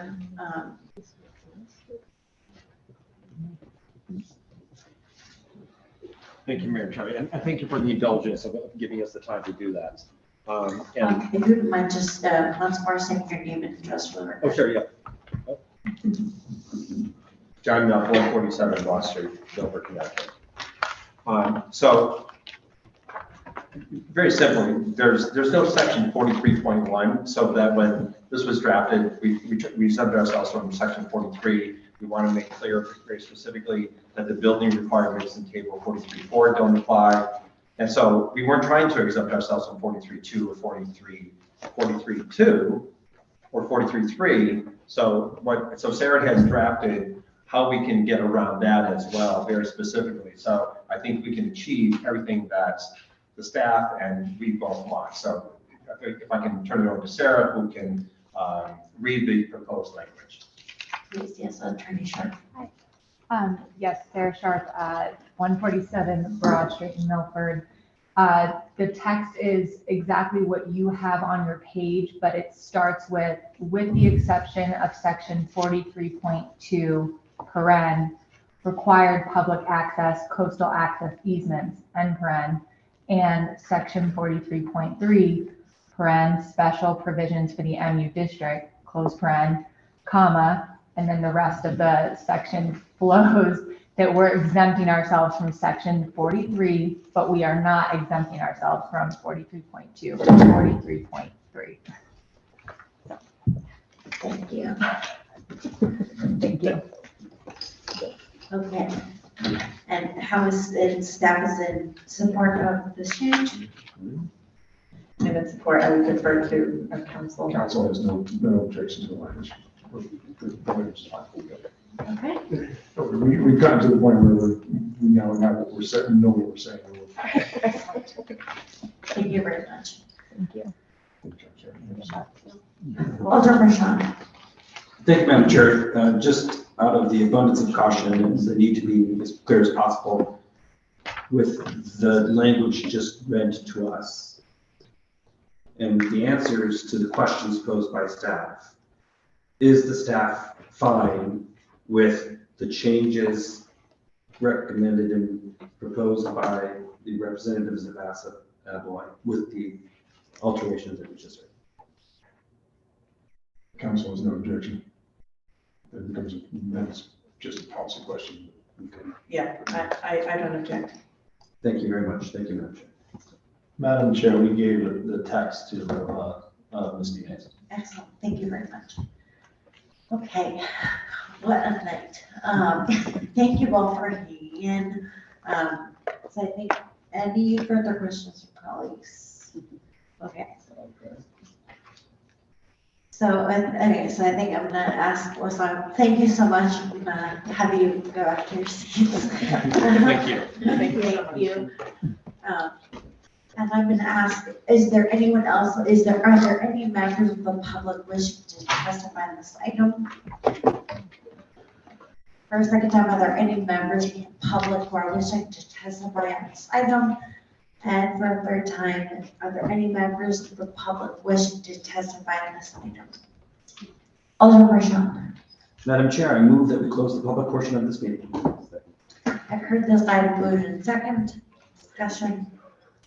Alderman Marshall. Madam Chair, I think we've had a really good discussion with the public, with the attorneys, with everybody, and it's time for us to deliberate. I urge colleagues to support this motion. Thank you, Madam Chair. Thank you, Alderman Marshall. All those in favor say aye. Aye. Any opposed? Any abstention? The item passes. Alderman Marshall. Madam Chair, I move item 2 and 3. Items 2 and 3. Second. I have heard the item 2 and 3 moved in second. Discussion.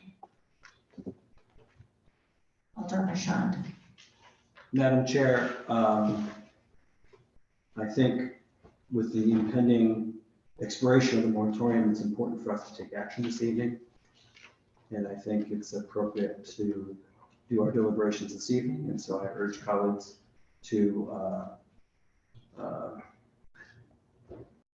and I also would just say generally that I support the move to rezone this area. So I'm speaking generally in support of the item. And I'll have an amendment to propose in a moment. Any further discussion? Alderman Furlong. Thank you, Madam Chair. I concur with my colleague. It's taken us a year to get here. And here we are. And so I am also in support of this and looking forward to this change that is, as it's been said by city staff, is the most robust zone change that we've done as a city.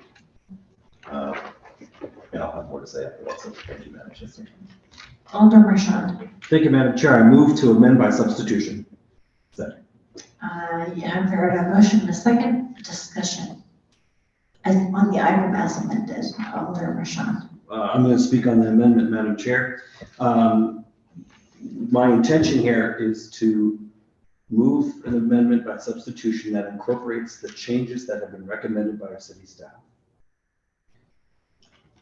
And incorporate the changes recommended by the representatives of Asset Applewine with the additional tweak of that language that we heard just now described, which I will read again, with the exception of section 43.2, required public access, coastal access easements, and section 43.3, special provisions for the MU district, that's for the modification of section 43M. So my substitute amendment incorporates what we heard from the staff.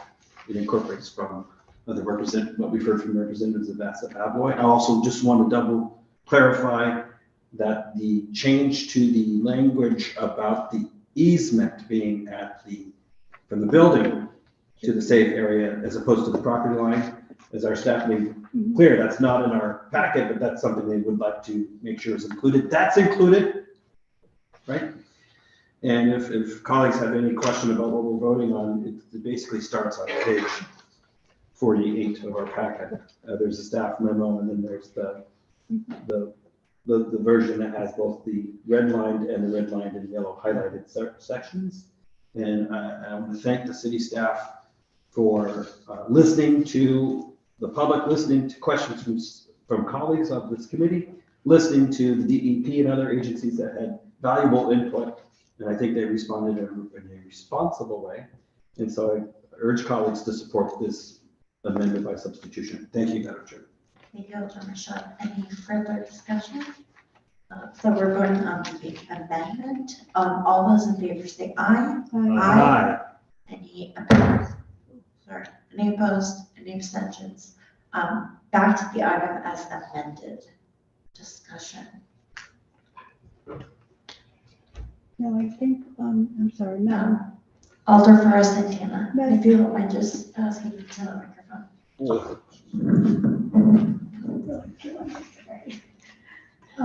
Thank you, Madam Chair. I agree with all of those amendments. I think we need to encourage our businesses to remain where they are. And this will allow them to understand our changes. And we accepted the recommendations that have been made. So it gives them an opportunity to be here for another 100 years. Thank you. Any further discussion? Alder Philo, Alder Marshall. I do, I'm just wondering if this is just some discussion. We had talked about the possibility of being more specific with the name that we're giving this zone. And whether we're going to call it MU, Long Wharf, MU1, MU2, whatever the case is. And so I'm just bringing this up for discussion and see where we might be with that. Alder Marshall. Madam Chair, thank you so much, and I appreciate you letting me speak as much as I am. This is something that I thought about, and I think it's worth our discussing. Let me take a second to try to explain it clearly. The city staff have proposed a new kind of zone. It's called a mixed use zone, which has a lot of ambitious and interesting features to it. It supports dense developments. It supports walkable environments. It's based on a vision of the city that has a lot of people in it with a lot of activity, vibrancy. And the proposal before us says, here's what the mixed use zone does. There's a long list of stuff. Then there's another portion that says, but if it's in a flood zone, it needs to have these features as well to protect life and property, right? And so when we saw the first time around, when we saw the use chart, it had 2 letters with a little slash between it, right? And one was for the mixed use zone in general, and the other was for the mixed use zone as it applies to Long Wharf because it being situated in a flood zone, right? And so the question I had in my mind is, why don't we just create MU1 or MU Long Wharf, whatever we would want to call it, that because the map change is very specific. It's to this area. It's not a map change that remaps a portion of downtown and a portion of Westville and a portion of Fairhaven and says we're going to put MU zones all over the place. Like right now, the proposal before this is just about Long Wharf, although there's like a broader vision being looked at that could be applied elsewhere, perhaps. And so my thinking is, rather than say that this is creating a new kind of generic zone category that could apply elsewhere, why wouldn't we just say this is a zone that we're creating for this area? And then when it's time to remap other parts of the city, which has to be done by ordinance amendment, which has to go to the city plan for a public hearing, which has to be publicly heard before this or some other committee, then the city could say, well, we're going to create MU2. And here's the portion of the city that we're going to create it for. And it's going to have lots of similarities to what's here. But if it's not in a flood zone, then maybe it doesn't have those features. And there might be other kind of contextually important features we would want to include because it's going to be in a different part of the city. And so that's the question I had in mind is, should we, because for me, it's a little bit, there's a little bit of a, it introduces a little bit of a complication. And I worry about creating confusion for people who are trying to interpret a zoning code. And not everybody is as thorough and competent as Attorney Cohn, for example. Like when ordinary people read the zoning code, it's very easy to get lost and to get confused. And so it's already complicated and difficult to interpret. So adding that level of complexity, which I don't think we would need to do, I think is maybe not helpful. So that's what I was thinking about. Should we take everything that everything that's we've have in what's before us, including the substitute amendment, which we just voted on, but we just changed the name of the zone to mixed use Long Wharf, for example. And then instead of saying, if you're in a flood zone, these things apply, we just say these things apply, right? Because there is no if, right? All of this map, everything that's in this map changes in the flood zone, special flood hazard zone area, I forget what the acronym is. So that's the question that I have, and I'd be curious to know other colleagues' opinion about it. And if people agree, then I would make a motion on that. Thank you, Madam Chair. Thank you, Alder Prashant. I would say I'm in support of that. And thank you for laying it out the way that you did, Alder Furlong. Thank you, Madam Chair. We've been talking about Long Wharf. It's very clear. So let's create this zone for Long Wharf. Good job. I agree. Because there isn't gonna be another Long Wharf, just one. It sounds like colleagues are in support. Are there any other comments? Alder Prashant. Madam Chair, I move an amendment. Second. The amendment has been moved and second. Alder Prashant. The amendment I wish to make is what I just described in my comments, but to be abundantly clear, it is to change the name of the zone to mixed use 1, and to make those portions of the proposed item before us that apply only when the subject properties or proposals are going to be in a flood zone, just to make those always applicable and not if, because by definition, this entire area that's being mapped out here is in that area. So that is my amendment, and I think it has the benefit of being more clear and making the use chart easier to read. And it does not prevent the city staff or other members of our body, for example, to say, hey, we like a lot of what's in this proposal, let's propose it for some other part of the city, and let's do a map change and a related text change. So I urge colleagues to support the amendment. Thank you, Madam Chair. Second. Alder Furlong. Thank you, Madam Chair. It's just a general question. I'm wondering, because we're calling it MU1, that might be able to be applied somewhere else in the city.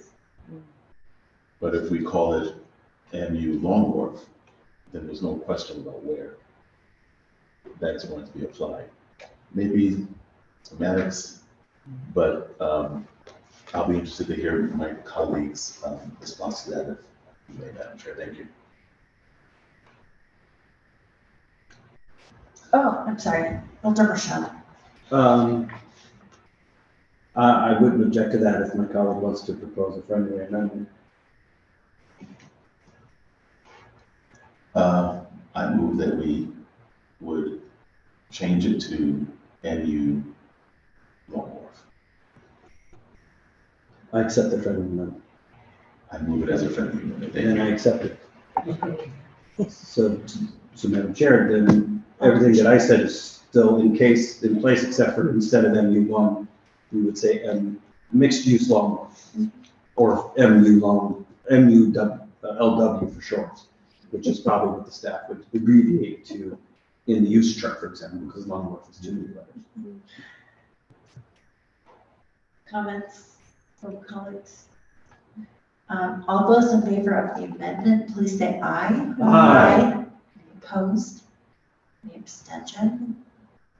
Okay, so the amendment is passed. We are back to the item as amended. Discussion. Oh, she's done. Oh, that's it. No, wait. Okay, so seeing no discussion. Oh, Alder Prashant. Thank you, Madam Chair, and thank you again for letting me speak as much as I have. I think I just want to thank the city staff on their hard work on this. As I said previously, this is in some ways the most ambitious zoning proposal that I've seen in my time on the board, which is almost 12 years. So I've seen quite a few proposals.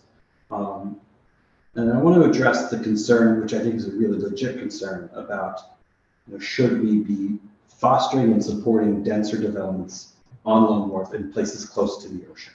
And this was a question that came up for us when we were looking at the PDD amendment for the property that is owned by the Fusco folks. I can't remember its address. Where there was also a proposal to build a large-scale residential development right on the water, not far from the boathouse, for example. And so that question was posed then: should we do this? Should we actually be changing our regulations to support and foster large-scale dense development so close to the water when we can have a high level of confidence that there will be flooding around major storm events, especially when they coincide with high tides? And, you know, so there's certainly an argument to be said, no, we should pull away from the coastline and we should let those parts of our cities return to nature, right? Turn them into parks or something, where it's all about soft, absorptive qualities and not about hardscapes and buildings and such. So that argument has some purchase with me, but I'm not in the end agreeing with it because of what our city engineer said about the steps that we are taking to ensure that the most vulnerable uses, which are residential, right? When you have people that we're taking steps to protect life and property, because when people are there 24/7 and they're there overnight, they're sleeping, you know, it's like we need to make sure that those folks have a way to get out and get to safety when it floods. I don't think it's a question of if it will flood, it's a question of when it's going to flood. And so we need to have a built environment that provides avenues of escape and that keeps key components of buildings out of the floodplain. So like mechanicals, for example, and living spaces, right? We don't want those types of things to be in an area that's going to flood. So if they're up and out of harm's way, we can protect them. We have to make sure that the streetscape is such that there's some roads that are higher up in elevation, right? So that they won't, so vehicles can pass through them during the floods. So those are the things that we're looking at, and I think it's very important that we do that. And so for me, I just want to say on the record that, as I did in that prior item this evening, I'm supporting this vision of how to rezone the area because I think we should be fostering denser development in Long Wharf. It would be good for the city in many ways. Look how much housing we need, right? Look how our budget needs more productive uses of land in more places in our city. These are legitimate policy goals that we have. And so I want to speak in favor of this item and answer the question about, is it the right thing to be doing? And I think that it is, but we have to do it really well. And we have to make sure that we're protecting people because there is going to be flooding in this area. So I wanted to say that. Thank you, Madam Chair. From Alder Furlow and Alder Mershon, could I get clarification on your last amendment? And if you think we should discuss this after the meeting, that's fine. But my understanding, and again, if you think it's best to handle it after the meeting, I can confirm with city plan. But my understanding is the ordinance is written, they split up the MU zone between MU Long Wharf and then an MU zone to make it easier to understand, so that in the ordinance as it stands now, it is two zones. One that could overlay the entire city and then one specifically to Long Wharf. So I'm wanting clarification in your amendment to change the name. Are you wanting the other district that was split out from Long Wharf to be deleted? Thank you for that question, Misty. It's important for us to be very clear. In a conversation I had earlier today with city staff, I was told that actually there are not two zones that are separate from each other, but rather it's one zone, a mixed-use zone. And then there are certain, that there would be a grammatical edit of the use table to make clear that when it's in Long Wharf, these uses are allowed as a right or conditionally or not. And then when it's not Long Wharf, it's this set of uses, right? So it was basically just taking one column that had letter slash letter and splitting it into two columns. But the rest of the innards of the ordinance were not scrambled up or switched around. And so the only thing that I'm proposing to change is the title of the ordinance, the zone, which is mixed use Long Wharf, or MULW, if you want to abbreviate it, I suppose. And then the portion of the ordinance, the zoning ordinance that talks about the special features related to it being in a flood zone, that those no longer, that they always apply for this zone because it's just the MU law. Thank you for clarifying that. So thank you. Thank you, Madam Chair. Okay, Director, yes. I just want to say that I'm thankful to the individuals that came and helped out in terms of the public portion. It was really good to hear about the concerns regarding coastal planning and the issues regarding weather in the new MU Long Wharf, and for us to take that into consideration. And it was also good to see how the partners came together. They listened to us in the first hearing that we had on August 1st, and they worked on the issues coming here today, prepared to find an amicable relationship and to be able to keep our businesses that are there at this time. Thank you, Madam Chair. Any other comments from colleagues? Alder Burrows, thank you, Tina. Thank you, Madam Chair. My question, not a question. My takeaway is that I think that I do agree that we need the density and what Alderman Sean recommended. However, I believe that we should take it slow, not move fast to occupy and build on land that we already know is in a flood zone, unless we have all of the other remediations in place and wait and see how it adapts to it before we start building on land that is we know is gonna flood.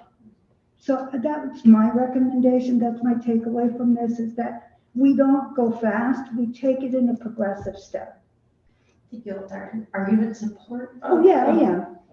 No, I just wanted to make that comment, that I think it's all good, but I don't think we need to rush into things. I think we need to, especially when there's lives at stake, when you're putting buildings where people are going to live.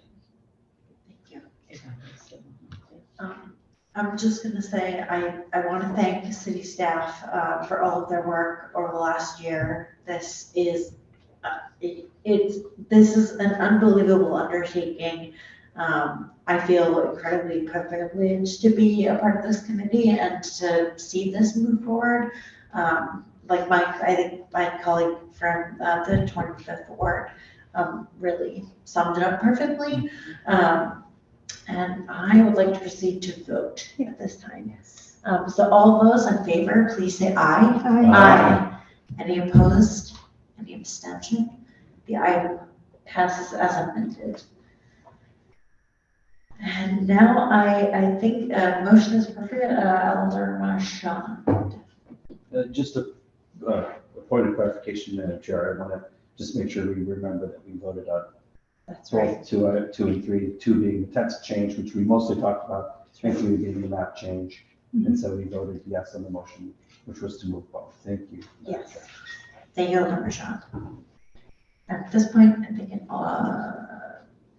Motion to adjourn. motion to adjourn is appropriate. So moved. Second. The items are moved in a second. All those in favor say aye. Aye. Any opposed? Any abstentions? It passes. Thank you so much. This meeting is adjourned. Yes. Thank you.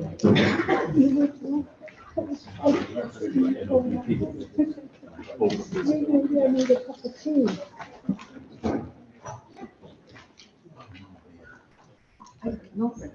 You going where? Look, to pick up my son. Oh. Are you walking tomorrow? I do. I I'm probably.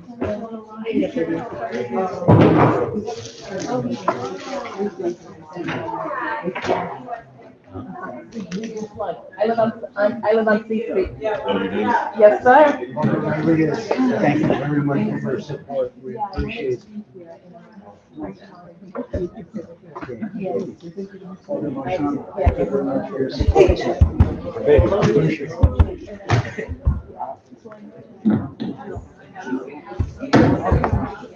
It's ironic.